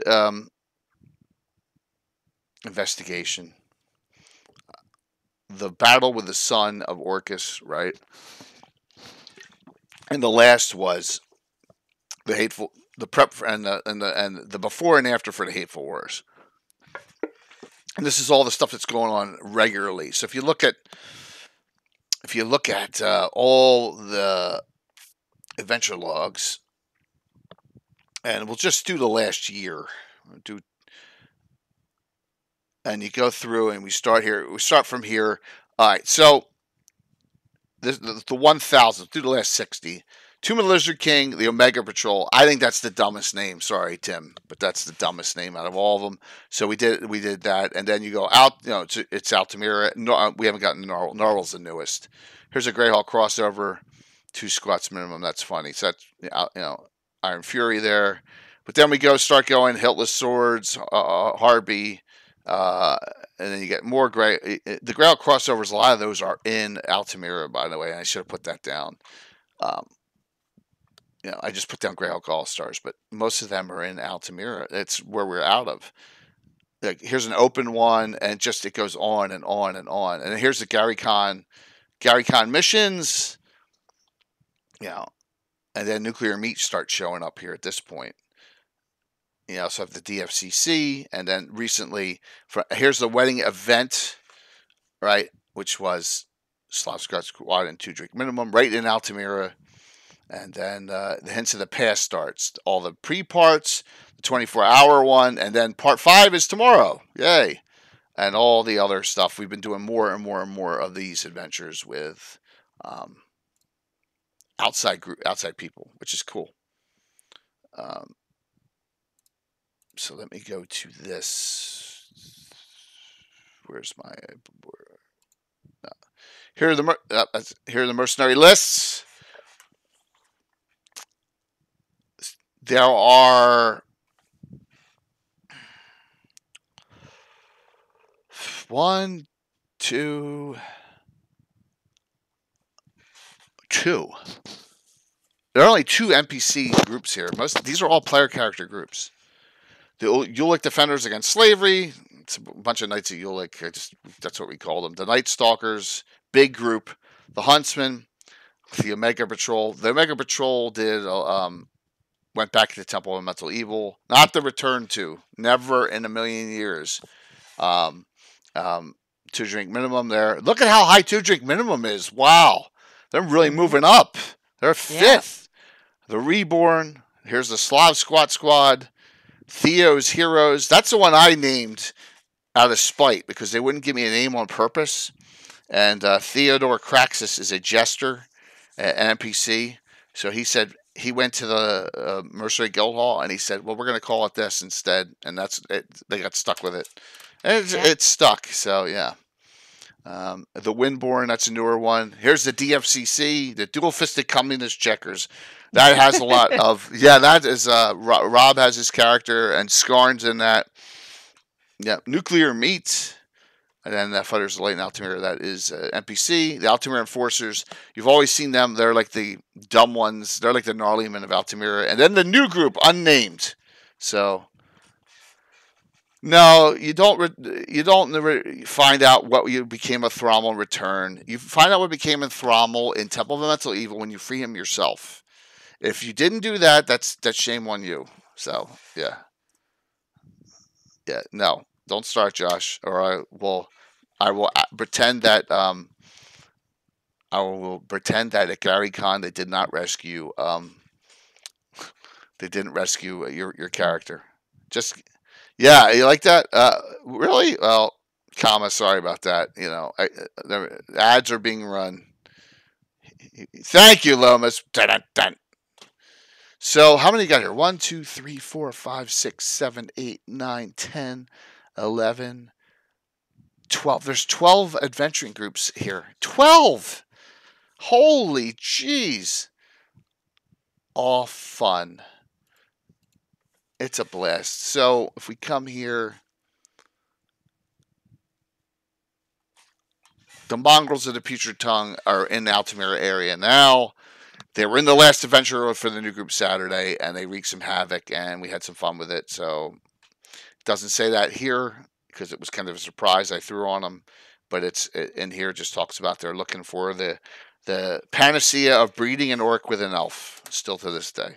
So, one day they'll figure it out, Anna. Mm-hmm. And there's the symbol for them right there. So, and that's it. And I'm so glad that this worked well. So, yeah, of course we're all right. Of course, Jagger here. It's right. So Jeff, Scotch Jeff's on. Do you feel okay, man? After he gave me specials, and then I immediately rolled a 19 and used one and credited my own son's character, and he felt bad. That was great. That was awesome, Jeff. He didn't die, so it's okay. Good. That's fantastic. Mm-hmm. That's good. That's great. So, in the last year, let me get rid of this. And now, you know what? What the heck's going on? There it is. I can't find, you're right. I must have some kind of mental block going on because I can't find the Altamira book. Oh, there. I must have closed it for some reason. I'm stupid. Your Altamira name is Flounder. Your Altamira name is Mothball. I know. That's from Animal House there, Josh. Weasel. That's fun. Some plot lines that have been going on the last year with the character groups. During the fundraiser last February, before Gary Con, was the penultimate battle with the son of Orcus and his minions, if you recall. I don't know if we'll bring them back anytime in the near future. But the Beastmen, the Beastmen corrupted here, the corrupted Beastmen that are in this publication, great artwork. Another one, they haven't been seen lately since that mission. So I'm going to say that, banishing the Prince of, the son of Orcus out kind of did the trick for the time being. That was fun. Early birthday gift. I get older. Do you? Oh, man, dude. Sorry to hear that. Getting old sucks, doesn't it? Now, there have been amphibious stalkers all over the place, or murlocs have been running around, and they've always been just like them as a nuisance monster. No main plot line there. But the other main plot line has been to search for lost relics of the Hateful Wars, right? And that has been the fun. Tying it in with the connection to Low Road and Tommy John Kelly's stories. That was the biggest thing I ever attempted, Anna, in my existence. As I can't remember anything that was more. I mean, literally, I planned that out for 6 weeks. Lomas, yeah, thanks. Just look away, man. Explain to me. Yeah, Lomas, we don't need Lomas. We're in the right. They all know it's how an illusion becomes a real vampire. I don't want to hear no. Yeah, we're all right. We know we're correct. Yep. Paper mache plot armor. 3 adventures in 24 hours, all with unique characters, all with brand new characters, all with plot lines and going into the past. It was a lot, but it really tied in some really cool things. So much so, Anna, so much so that the last one that I did, I liked the group so much. And I'm looking to see if I have that picture one. Right, Curtis? I liked the group. I liked all three, but I liked this one so much that I could actually use them in I had to figure out how I could bring them into the future. It was 110 years in the past, and I kind of figured it out. We decided we were going to. Yeah, it was great. I decided I could take them, and they all were chasing the one character they hated, which was Persephone, which was Coco's, who stole all the treasure. Yeah, and Curtis's character's got bongos. It's just freaking hysterical. And they all were chasing her, and this is 5 years after that adventure. They finally caught up to her. So they spent on and off 5 years trying to figure out where she was. So she went back to the area and went back into the underground low road because they had killed an orange dragon, and they found out that dragon had a mate. And she wanted to get the treasure, and they went into down there, and all of them, I said they all failed their save. They all got trapped in a mirror of life trapping. So all of them. And then when the last adventuring group happened, they broke them. They said the code word that they found for the mirror, and they all got released. I thought it was hysterical. So now they have all new players to play, including Chuck. Chuck does, Curtis does, Brett does, Coco does, Korg does. Who am I missing? Oh, Tim. Yeah. So it'll be fun. But that was one of the funnest things I've done in a while. She will pay. Look, they're all pissed off at her still because she stole everything. It was great, and I was so punch drunk at the time. But that was the cool thing, is that 23 of my groups are my guys and my son and stuff, but 23 of them are my friends. Right? And I have 5 groups that are people from the community. I think it's an honor that I can do that. And this will be, probably that group will turn into another group too. So there'll be another group. There'll be 6 groups, with all those people adventuring together at some point. I'm looking forward to it. I really am. Anna, how's outreach for you for players and stuff? I have a list of people that want to play with me, so I'm very blessed. I can find players now. Excellent. For me, it's more like I want to. My step right now is to create the rule system so I can run campaigns smoothly and easily the way I want to in my style. So I have the rule system to support it, and because I have some specific needs, so to speak, I want to have a rule system that supports sandbox play and that characters can be built freely over time, and they can be custom whatever the player and the campaign needs, so to speak. So they should not be shoehorned in. I don't like cookie cutter shoehorned into classes. So they need to be built so they fit the story and what the player want to have, so to speak. So that makes sense. Basically they're all multi-classed, and that's one side of the rule system. Another side that is really important. It should be easy for me to run. That's the other thing. I want to offload as much of the workload to the players as possible. That's why I don't do all the monster attacks are player defense rolls. So I don't have to do that stuff as a DM. That is something that so when a monster attack, they roll the defense roll and against the DC, that is the attack value of the monster, so to speak. And if they fail it, then the monster hits, so to speak. And so that way they can do that rolling, and that also keeps them engaged instead of just sitting there waiting for me to do the rolls and tell them if they were hit or not. It's something that the player engaged in doing. So I want to offload more of that kind of number crunching, die rolling to the players.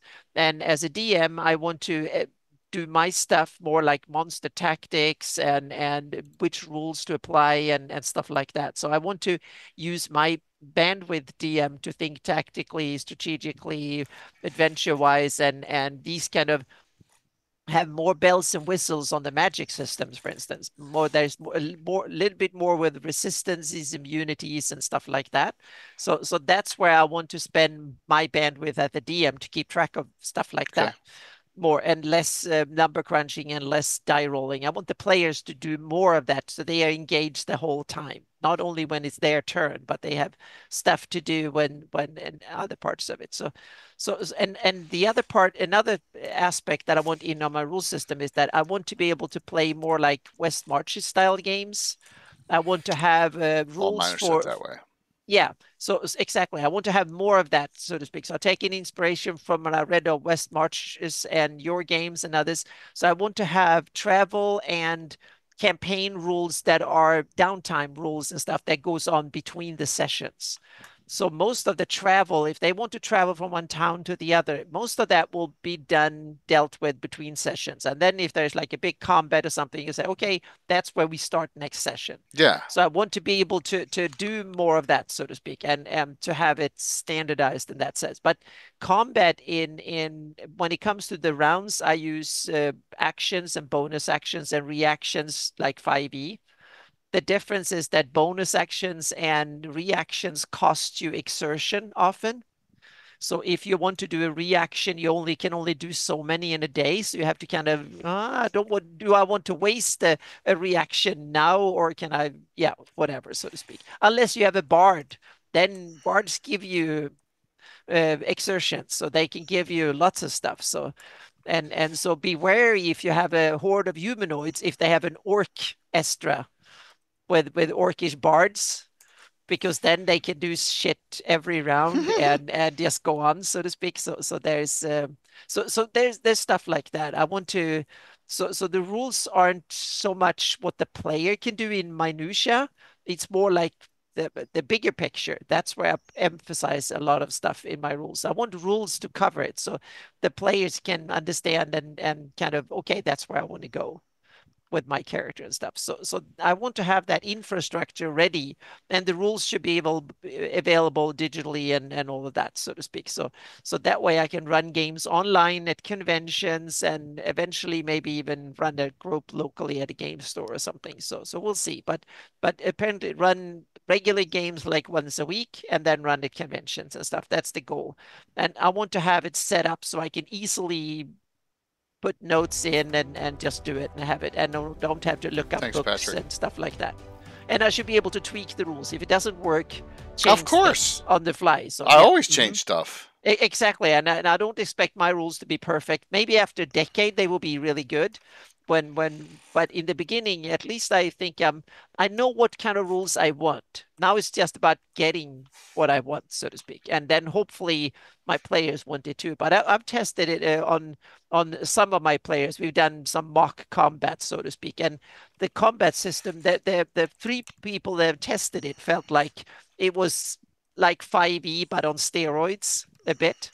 And it's grittier, but not deadlier. That's the motto, so to speak. So it's much more brutal, but you don't die more often. But you can definitely die. Yeah. So here's my question. Yep. I put Curtis, Justinius, Valmoku. This means everyone that is a Gary Con. Just as I want to know, and I'm going to show you a picture. You're in this picture, Anna, actually. Curtis, you're going to get. So I had to show. So here's Tharsden. You're watching Tharsden Day 2 with my good friend Todd Stashwick, and then you got Brett and Curtis right here as well. All right, so here's my awesome table there with it was. This is day. This is day 2. Yeah. Right. So here's picture day 2. I got a couple of them. Yeah. Here's another. Here's another pic from day 2. We're running. And this was it was nasty. That's your arm, Rob. Yeah, you're right here. You're right there, right? Yeah, there you are. I think. Yeah. So and then got you in the corner there. So yes, Patrick. Sorry, I didn't tell you. Yep. Yes, I did. I really appreciate it. And then day 3, there's Yoav, right? and it was our final day where we actually had, the Fritz made the plucking of the apple. The apple didn't do it the second time, and a couple of people got permanently killed from it. But who cares? Here's, it's part of the fun. Here's my question. I run these campaign games for the adventuring groups. I like rerunning stuff. Like Puppets, I'm going to run it again at Page. Should I instead run new adventures at cons that actually are campaign adventures? Mhm. That's my question. What do you think about that instead? Or I But- run but- something even with the signups, and it could be brand new characters that I've made up, even if they're 5th, 6th, or 7th level, and they're part of the campaign setting. Or yeah. Yeah, I can tell how I want to do it, I think. What I will do is that I will provide pre-gens, at least from the get-go. I will provide pre-gens that are basically, so I will have my players come in and out and play NPCs in my game, in my campaign. So they will come in and play, I play this little soldier here, or I play this whatever, creatures that have a place in the world, whether they are being played by a player or not, so to speak. And then they can take them in different direction. Or they can, of course, invent characters, but they will basically be NPCs that can be used and in the games even when they're not people they're playing, because I want players to be able to come in, play a session or two, and then leave if they want to, and so on. Because I don't want players to have to commit to a decade of playing every. I want to have short campaigns, 5 to 10 sessions, only a couple of sessions a weekend, a convention, and stuff like that, and then build on the campaign, so to speak, and that should be part of future stories and stuff, because that will be part of my prep for other games, meaning my players will help me create all the NPCs and the creatures and stuff, and I can eventually have player characters play other things than that, because there will be no PC races, so to speak.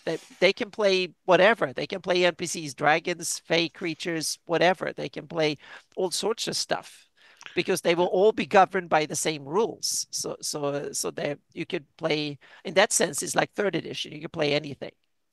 So a lot of good comments, Patrick. Yeah. The only reason I was able to run Forgotten Temple of Tharizdun is because I ran it in 3 days. Yeah, you can't run Shokanth in 4 hours. You can't. Yeah, and you run so often, so many games. You can't sit and invent everything. You have to take written adventures and just run them. No, I did that. I did that as an ode to Gary for Founders and Legends. But all the stuff I usually run are my own doing. Yeah. The Slav Squad game and the 2 Drink Minimum game were campaign adventure games. They were official games, but the Puppets game I ran was not, because it basically was a rerun. It was a what if, a rerunning of. But what I'm saying is, and I think I know where the answer's going here, is that instead of doing, we're going to rerun something I did a couple years ago and have people sign up for it, which is what I'm doing at Page, right? Yeah. Have something at GaryCon that is a brand new adventure, and have everyone have their characters, or have people, allowed to play their other characters, So that's what I'm thinking. 4 hour, but you can't get a tournament module in 4 hours, Patrick. Yep. You can't. And I'm not spending an entire con with one tournament module. I'm not doing it. The Founders and Legends was an exception, right? You could do it that one time with Founders and Legends. That was the opportunity of a lifetime to do it. Yep. And that's why I did it there in that first weekend. Here's the 2 Drink Minimum group. Yep. There's Anna and Chuck. That was a great game. Yeah, it was. It was. Yep. Yeah. Mm-hmm. It was a Fantastic. fun game. Yeah, and I did it with 7 players, so I have no problem with doing that many. So, but I'm running something you wrote at a convention for game day. Yeah, I think I'm gonna.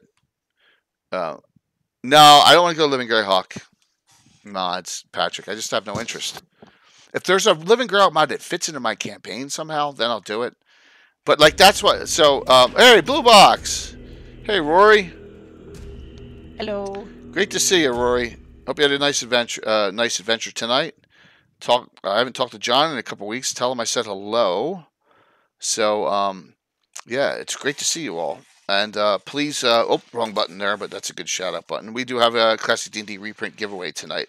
I think the point I'm trying to make is why waste the time? It's not a waste of time. That's not the right word. The word I'm trying to think of is I'm there. I got people there. And thank you for the follow. Why not use it to run something that actually means something? Because then everyone's not going to be suicidal. Like yesterday, when I ran the game for the Gnarlyman, I gave Michael Zudrak and his family all Horror in the Hools characters that I used in 2023 GaryCon that Curtis and Greg Justinius and Brett all used in that adventure we did, right? Or if you remember that one where In Search of the Low Road, and they were all 5th level characters, and I let them use them, and Michael's like, well, hey, I can just go damn the torpedoes because it doesn't matter. But yeah, so I don't know if I want that. That's the question. I'm making it matter. That's Blue. I think that's when I'm getting toward that. Yeah, but see, Prof, I don't want it to be that. I don't want it to be Leroy Jenkins' time. I want it to be something with a little bit of panache and oh my gosh, he's running. This is an official campaign adventure. I don't know. Because Anna, you said you're gonna GaryCon. You're gonna run something this year. Oh yeah. Yeah. Mm-hmm. Yep. My plan is to start at Virtual GreyHawk and then continue at Game Hall, GaryCon, Page, and then GaryCon. So yep. Yeah, I got it. All right, so that you did the same thing. I want to make sure I'm not off balance here a little bit. Because I don't know how many games I can get in. It's cool that it's only one weekend, so I'm not going to go nuts like I did last time. Because I was crazy. You all know I was crazy I at the end will of it. run one game, and I'll run Tower of Gygax for like a session too. But I'm going to run Tower. I'm that's probably like going to do that too. 2 hours session, I think, and then I will run one game at GaryCon. But it will probably be like a 6-hour session, I think, because maybe 4 or 6. We'll see. Yeah. Yeah, but just saying this, I can make up characters that are new, like that can be whatever level we're playing. So, see, okay, there you go. That's what I wanted to hear. I wanted to hear that it would be So we ran Thursden and it was awesome those 3 days. But at the end, it was a fun time, and the only character that I gave experience to was Todd's. Because Todd's character, Morton, was like active in the campaign. The only one who earned XP. Because the other characters were no, they weren't playing their characters. Oh, God. Right? Mm-hmm. Todd was playing his own character. Yeah. So, yeah. I think the campaign, okay. That's the whole thing. Everyone else was playing someone else's character or a character that I bumped up in levels, like Dex from Horror in the Hools. Yeah. Yeah, exactly, Rob. I think that way. I think I'm onto something here, and it sounds like some of you do that. I wanted to ask that tonight. Yeah, that's funny. Yeah, that's Desmond. That's Tom's character, and in fact, Michael Zudrak played Desmond yesterday in the kids game. So yes, that's it. Okay, all right. You guys just changed. You guys just made me. Yeah, Dex. Well, Dex got killed in Thursden, Valmoku. He poofed. He failed his con. But it wasn't permanent because it wasn't an official game. That's the point I'm making. So, yeah. All right. Yep. Yeah, I'm excited, Curtis, about getting in there. I'm going to do some crazy stuff for mine. So. All right, that's good. That's good. I'm glad to hear that. All right, so Altamira is my mainstay location, and it has been a blast, and I hope that you guys were all enjoying it, and I loved the amount of participation and excitement that we had for running that 24-hour event, and I loved the excitement we had for the wedding event, and that was one of the best streams we've ever had. Was that wedding event? That one that was fun. Eric Moreno really was crazy in that. Curtis, everyone was good. It was just such a fun time, and Eric loved that I made a more attractive twin to Venarium Vord. Yeah, Syphilium Vord. So there you go. Yep. All right. That's very cool. And there you go. There's the list of the last, I don't know, 15 or 16 of them. And no, most of them are, let's see here. Let me just see if outside of Altamira. The first you look Pathfinders, that group is in the Pomarge, on the border with the Pomarge. Narwhal Headhunters are the other ones. We haven't done them yet. Annie, you ever do anything in the Wild Coast?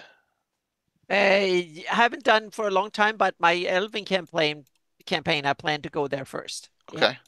Yeah. So that will be the Welkwood and Sus Forest area, maybe Gnarly, but probably down towards Sus or the Wild Coast. That will be the initial test mission, so to speak, when they will learn the ropes against some local humanoids and stuff. So nothing super dangerous.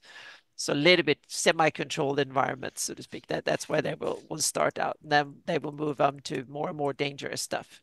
So that will do. But we did back in the day. We did a lot of Wild Coast, but that was before my campaign started to be organized in the late 90s. That's when I started to run things that I consider part of my campaign, when I understood what I was doing and understood GREYHAWK enough.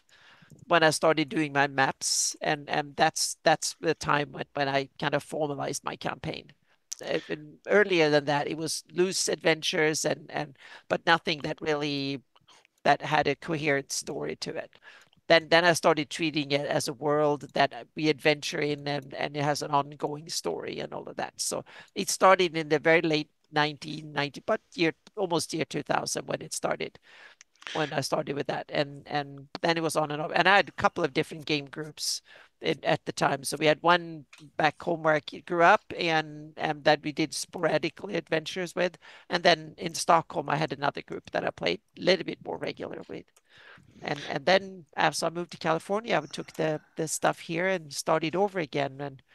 And one big problem for me has been that every decade or so we change rules, which meant that it's been tough. So now I want to change rules once, and that's it.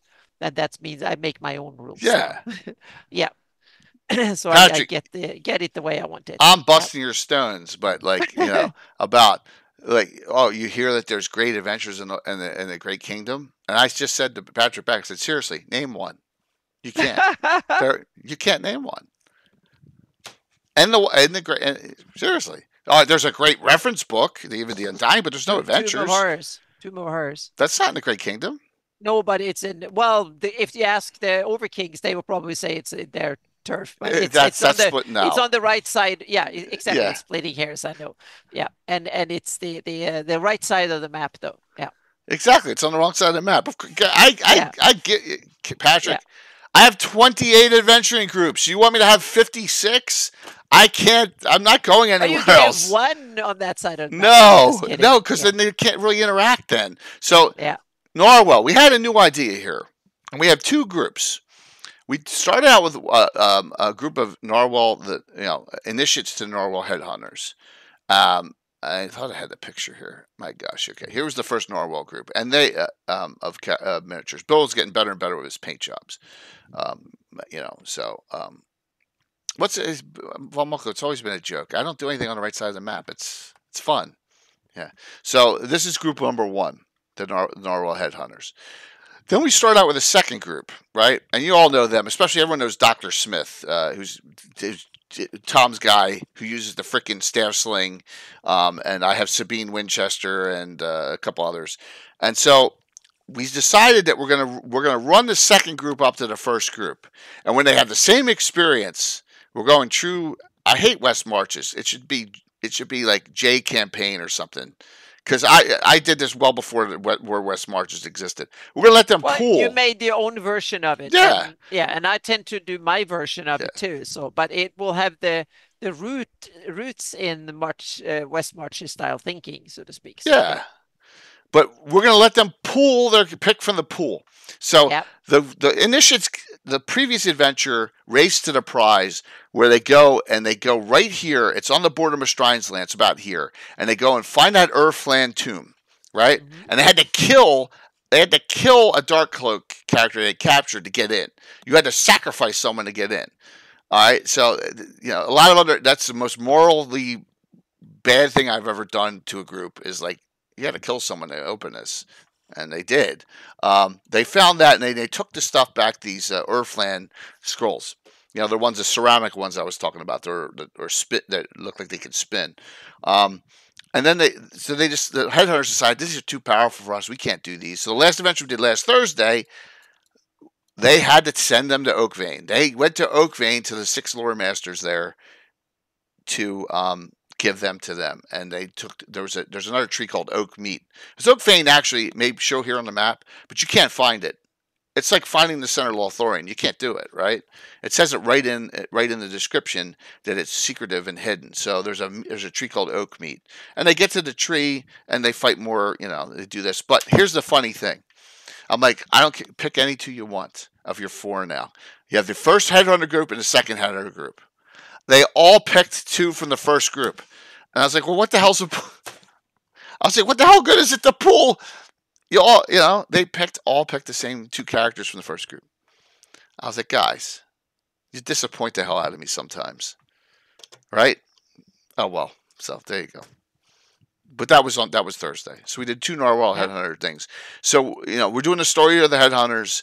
The lands go from this area all the way up into Tricaster Blackthorn. Chorus State, Forest Green Bastion, that's my campaign. Comrades from Troller Games, New Briars from Troller Games, Lorraine, that's Orlane moved. Right? So all this stuff built around this area, and we're having fun with it. It's a little, no Knights of Ulick. There's one, the Winchester character admitted she is a spy for the Order of Ulick, and they seem to not care. So there you go. But that is our newest 2 adventuring groups. Now, we're prep. Chuck, we cannot wait to see it in print. Yes. Let's hope. Let's hope, Chuck. Lastly, and we can just take questions and figure out what's the worst named group I have. We're going to start another new group of firsts by the end of the year. We're going to use a lot of Christine Van Patten minis because she's got a whole new line of stuff coming out. So she's been sponsoring the channel, so we're gonna work with her. Hey, Patrick, I didn't say you need to vote yet, but okay. Nuclear Meat. 2 of my players hate Nuclear Meat. 2 of the other ones hate the Slav Squad. So there you go. So Nuclear Meat's in the lead now. They're the 2 they each hate. The names, because Nuclear has nothing to do with D&D, right? Yep. Okay. Right, yep. So first levels are coming out of Altamira, because I want to have a low-level group adventuring when Altamira stuff starts coming out, right? I don't want to do all 7th, 8th, 9th. I want to have low levels. So that's what we're going to do. So let me go here and let's show you. And let's go to her page. Well, I have this. Too. Here's a sketch of 7 of the characters for Christine. We're going to try and utilize a bunch of these. Now, one of them is Aasimar, who will have wings. I don't know if the wings are going to be removable or not. We have to ask. But yeah, so they're all humans. So I don't know if we're going to have a full group. We're not going to have a full group of humans. But yeah, it's really some cool things. And let me just go here to, sorry about this. Okay.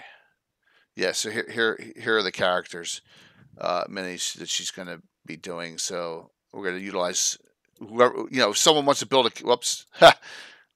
Doesn't that dude look like Carl Urban? That's a young Carl Urban mini. Yeah. So, yeah. There's another one. So we're excited. That's the one. I'm wondering if the wings are going to be removable or not. But they're really and there's Lysandra. They're really nice. So we're going to utilize some of them for the new group. So they'll paint them up and all. They go on sale, I believe, the 24th. Yeah, so we do a lot of Altamira adventuring, Dirty. I mean, tomorrow's is Altamira. Most of the stuff starts in Altamira, is in the Salty Dog, but from scratch, you mean, from first. I understand that. That's another reason why I'm going to do it. So, yeah. What time is it? All right. What questions do we have? And so we have Nuclear Meat is going to run away with this, I think. Just let me know. Let me know. So here's some of the names. All right. If you think there's mine's, I hate Omega Patrol, Iron Brigade, Harby Irregulars, the Reclaimers, the Reborn, the Legion, the Huntsman, the Grey Company, the Windborn, the Hiltless Swords, the Keep Group. Now that's a dumb name, but we started Keep on the Borderlands and the Shieldlands. Yeah. We need to do a Shieldlands update too, Anna, at some point. Reckless Indifference, Vengeful Justice, Mega Patrol, Theo's Heroes, the Night Stalkers, 2 Drink Minimum, the Slav Squad, the Dual Fisted Communist Checkers, or DFCC for short. Oh, that's fun. Yeah. Nuclear Meat, and we have an unnamed group. Oh, the Bloody Brethren is another one, and the Narwhal Headhunters and the Headhunter Initiates. Yeah. Yep. And the Gnarly Men, but that's an actual published source name from GREYHAWK. So, yeah, that's not one there. So Nuclear Meat is going to run away with this. Of the Persephone haters. That's funny. I think it's Nuclear Meat for Nuclear me. Meat is going. Man, Coco and see, you got to remember LJ kind of named that with the Korg, and LJ's not playing anymore. So so I guess we're gonna have to tell them it was Runaway. It was Runaway. So okay, what questions do you have for Anna or me, everyone? Yeah, please. You remember, just always you can get this on Troll's site, Cannonball Publishing, but it's based on aired, so not everything's exact to GREYHAWK. Yeah, that's funny. I like naming adventure groups. It makes it fun. So no, tomorrow will be and we'll get to that in a second. When is Mike going to be on Legends and Lore next? Well, that's up to you, Mike. You're asking a rhetorical question? Yeah, if you ask me, it's every Wednesday. Yeah. Every Legends and Lore you should be. Anna's characters do not name their adventuring groups, correct? No, I haven't done it so far because they haven't been like a group per se. They've just been part of an ongoing story, so to speak. They haven't, but it's a cool idea and I wouldn't mind if a group named themselves. That would be kind of cool. So I'm definitely open for that. But I haven't gone out and say, oh, you need to have a name. So no, I've just logged what's going on, so to speak, and the characters have been part of the story. Yeah, that's all. And cool. They are usually part, like in this time they are now fighting for Shieldlands, so they are basically part of the Shieldland military. So they are now starting to become prospects of joining the order eventually, so to speak. So they pledged allegiance to Katarina and the Watch, or sorry, the Shield, and that's the state it's in, so to speak. And we also have one character. She is the part of the daughters of Egworth. Egworth was the druid that Caraptis killed in the White Blue Mountain. Yeah.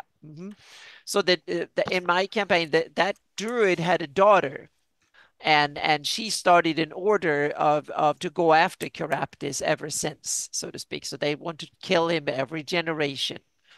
So, yep. If they were in my campaign, if that character's in my campaign, they'd be going to Selene right now. Because if you know about what happens in Return to White Plume Mountain,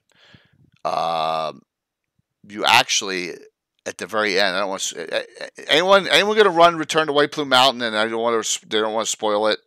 Just let me know, and I won't tell everyone or turn it off for a second. So, Return to White Plume Mountain, at the very end, Caraptis gets reborn as a child. Okay? So, in my campaign, when we did that in the 90s, like only 19 years, some of them are good. Some of them are good, Rob. You got to pick your spots. That one's good. Some of them are terrible, right? TEE. So, sorry, Monty Cook. So Caraptis gets reborn. Well, he was taken to the Golden Tower, which is Elaine Winchester's keep, and they raised him to try and make sure he's not crazy, right? So I actually did an adventure where he is actually there's agents trying to kidnap him. Yeah, So he's that's like where I 19. start my Michelle Lens campaign. Caraptus being reborn. Frame. That's why that's where Okay. that's why I started my campaign when Caraptus getting reborn. That's cool. This right here. This is Oh. that's the Valery Vasilek Greyhawk City map. Mhm. That's all it is. Yeah. I took it from downstairs up here. Yep. And that is not the map itself. That is an actual taped together after I scanned. This is like 30 years old. It's taped together from scans, and then it's just normal paper printed. So, yeah. That's what that is. Yep. You got to give the return ones a chance. Return to Keep on the Borderlands isn't bad. I love Return to the White Plume Mountain. I'm not a fan of Return to the Giants, and I really hate Return to T. What's another one I'm missing? Maybe I thought there was a couple others. Some sequels stink, like and I know a lot of people don't like Ravenloft and Greyhawk, but I have Ravenloft in my Greyhawk. Ravenloft 2 was the toughest published adventure I ever had to run, but it wasn't great. It wasn't great at all. I'd say it's average at best. So, yes, several more of your life. You got drained. You got blood drained, right? Yeah, the undead in that drained you. So, but you ran it for you guys. Yeah. Why? So, any other questions for Anna or me before we will do some shout outs, and then we'll do the giveaway, and we'll raid into I guess Starling's got a show going on tonight. I think it's a finale actually. It was, and Ravenloft 2 is Jekyll and Hyde, which I'm trying to figure out why they made the Jekyll and Hyde story into the vampire story. That I don't understand, but they did. So, kind of. That's more of a werewolf story. Yeah, well, there's a machine that splits the guy in half by accident. Oh, yeah. Yeah, and you got to try and put him back to put both his. It's a mirror. It's a Kirk mirror episode from the Transporter where he gets the evil Kirk comes. But Same the thing. vampires and the werewolves was very fashionable in the beginning of the 2000s. So, Oh, absolutely. Yep. Absolutely. I ran Return to Keep on the Borderlands too, Dragger. I ran it too. That is the one I put in the Shieldlands. So, yeah. Mm-hmm. All right. Well, I hope you enjoyed the discussion. I'm not going into the minutia because that doesn't. I'd rather stay on generalities because into the minutia, you're like that's what the streams are for, right? Just to watch and see what happens. So, yeah. But it was a fun discussion. Mm-hmm. Use parts of Return to Castle Greyhawk. Which one's Return to? There is no. You mean the funny one or the? Well, the expedition. Yeah. Yeah. Well, that's Ruins of Greyhawk. That's not Castle Greyhawk.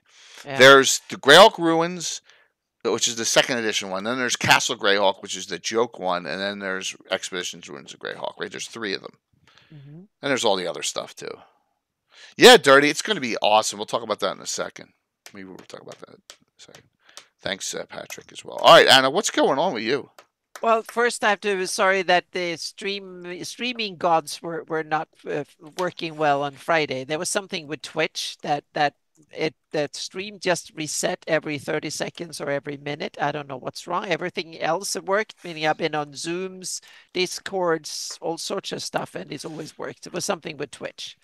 So we'll see. I'll do some tests again and see if we can get Twitch to work again. So everything else seems to work fine. We done, meaning I'm married to an IT technician, and we did some tested out the internet and it worked. Everything seems to be, there's no lag and everything seems to work on this end. So there was nothing else. Everything else worked. It was just couldn't stream to Twitch. So for some reason, so I don't know. It was, yeah. I changed servers back and forth a couple of times, but yeah, it didn't seem to work. Yeah, so that was we will make it work eventually. Hopefully, might have been some issues, regional or local here or something. So that was the issue there. But otherwise, I'm working on the commission is start. Hopefully, I'm waiting for the next set of you need to change this, and hopefully that will be the last of those change stuff, so to speak. So we are on the home run, on the home stretch on the commission, thankfully. And so then I posted I can post the link again to the rumors and reverberations from my Yeah, campaign. it's awesome. So, yeah, so I post that little thing yesterday. It went live, and also the what I'm well, I will post while I'm wrapping up the commission. I will post some more teasers about Hawktails, my rules, because they are getting into the phase where it's time to start battle testing them with a larger group of players and stuff. So I will put together some skirmish games and stuff in the upcoming in September. So we can the first hard battle test will be Virtual GREYHAWK Con when that comes, and then the second will be in at GameHole Con. So I plan to use them, but it will be pre-gens because all the how to build characters is not that's not done yet. So it will be low to mid-level play up to like fifth level. That's where I aim to have spells and stuff ready. Higher level play, I will wait with that until because there will be tweaks in the combat system and stuff like that that needs to be done. So that is coming. Also, the Shieldland map is coming along. It's soon, very soon, within hopefully a week or so. I will have do a first continue render, and be talking Shieldlands at 150 feet per pixel, and that is coming up very soon, and it looking good. So hopefully that could be textured and done not in the not too distant future. And if that holds well and it works as well as I hope, that means that it's the floodgates can open to do other parts of GREYHAWK or the whole continent, so to speak. And we're talking 500 by 500 miles Oh in my one gosh. render, so to speak. So that works really well. So Excuse me. yeah, if that works out well, then and there's some other secret projects that I will use this technology for that is GREYHAWK related. Two of them, in fact. I can't talk about neither of them, but that will be fun. Hopefully, we'll see. So that is so I have two more areas that it will be I will go into once the Shieldlands is rendered and it seems to work well. Then I can start working on the other ones.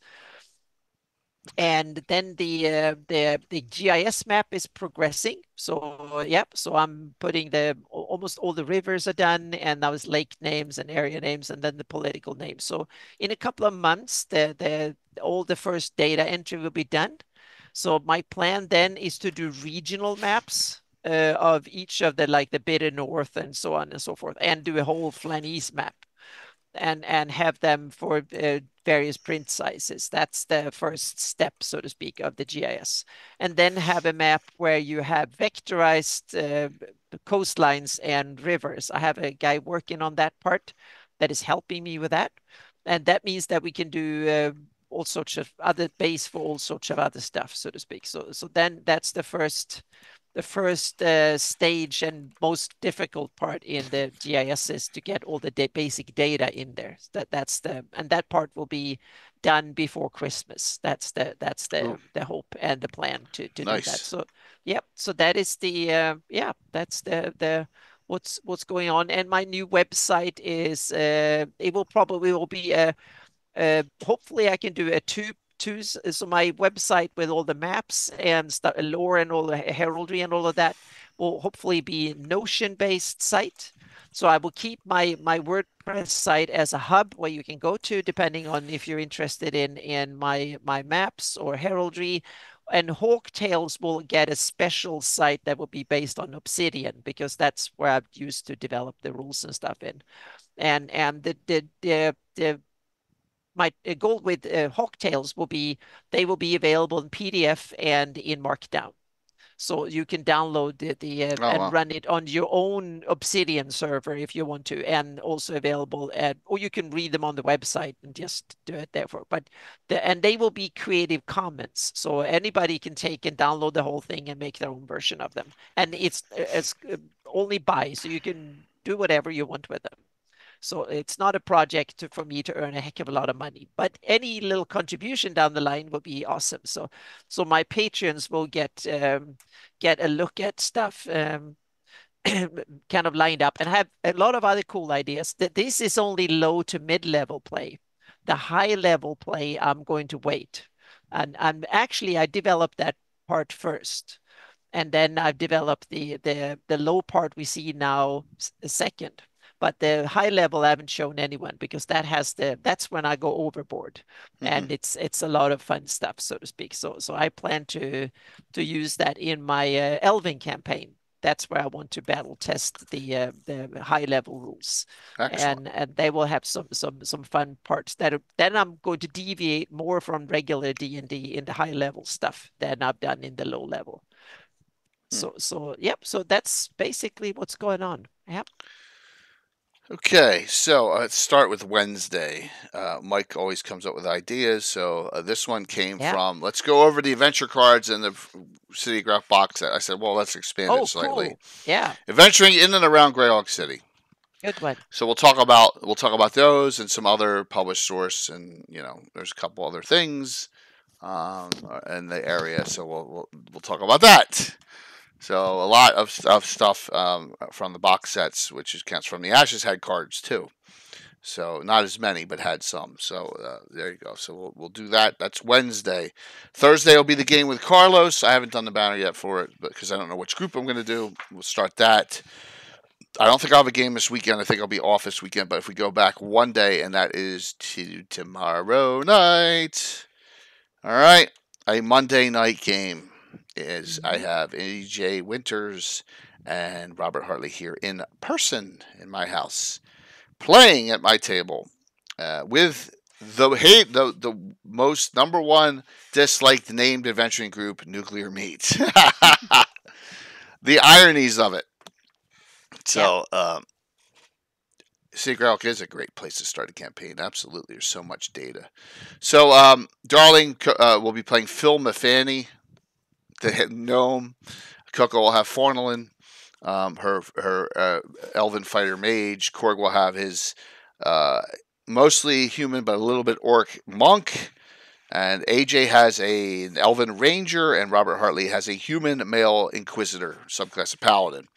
And then I'll play. I'll have a healer, since they don't really have one in the group. So, and that'll be hints of the past part 5, going into some more Hateful War lore, finding some things.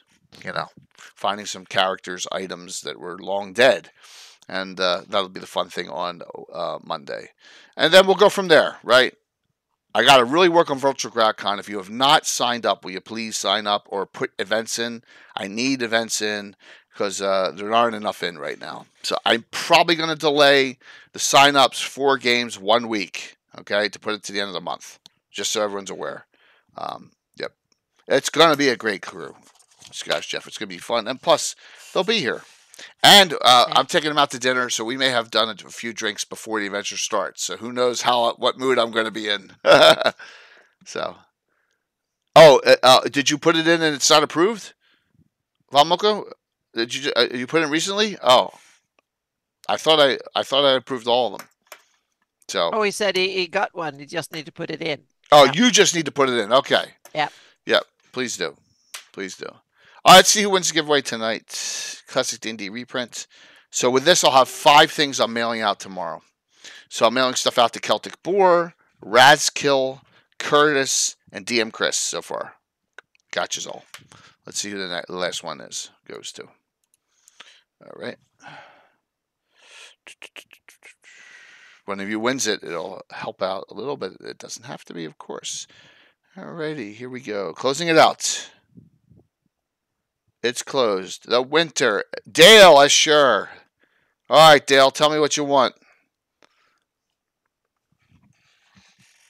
When did I recommend Nyron?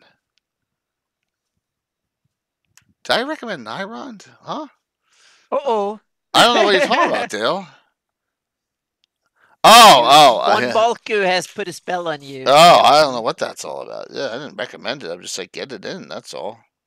So, let me know, Dale. Let me know if there's something here, man. Do you have this? Do you have the Shady Dragon Inn AC1? Let me know if you have that. I have that. I'm just trying to think of the stuff you don't have. So just let me know. We'll figure something out. You do have it. How, Dale? I'll get with you offline, but maybe I'll give you a Troller Game gift certificate instead. We'll talk. All right. So let's rate into the Darling. All right. There you go. All right. Gotcha. That's one less thing I got to mail tomorrow now. So, Anna, thanks. Oh, thank you. And thank you, everybody in chat and all that. And thank you so much. I got some more patrons. So thank you so much for all the support. Yep. Yes. Please run something. Please run something. It would be great. You don't have to stream. It's not going to be streamed or anything like that. Just run it through Discord, run it through Zoom or whatever you use, Skype or whatever.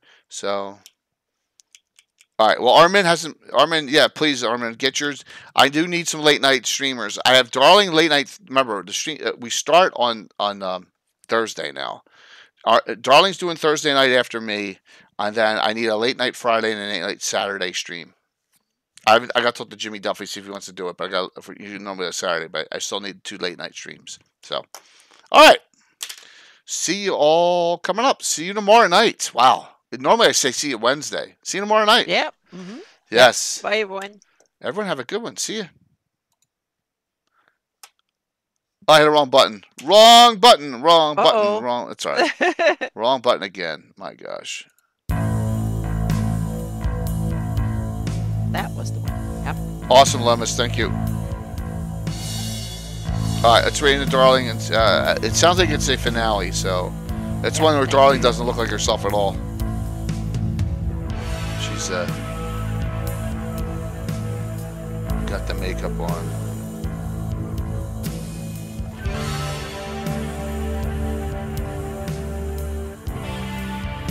Oh, great. That is weird. Summit 1G came up. I'm not rating Summit 1G. Holy jeez. Uh-oh. Yeah, no. That was weird.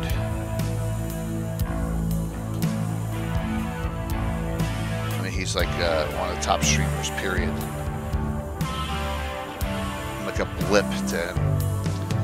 Alrighty, 5, 4, 3. It's still calculating. 69. What a lucky number. 5, 4, 3, 2, 1. See you tomorrow night. We got 70. So that's 70 at the end there. Awesome. Cool. All right, shut this off.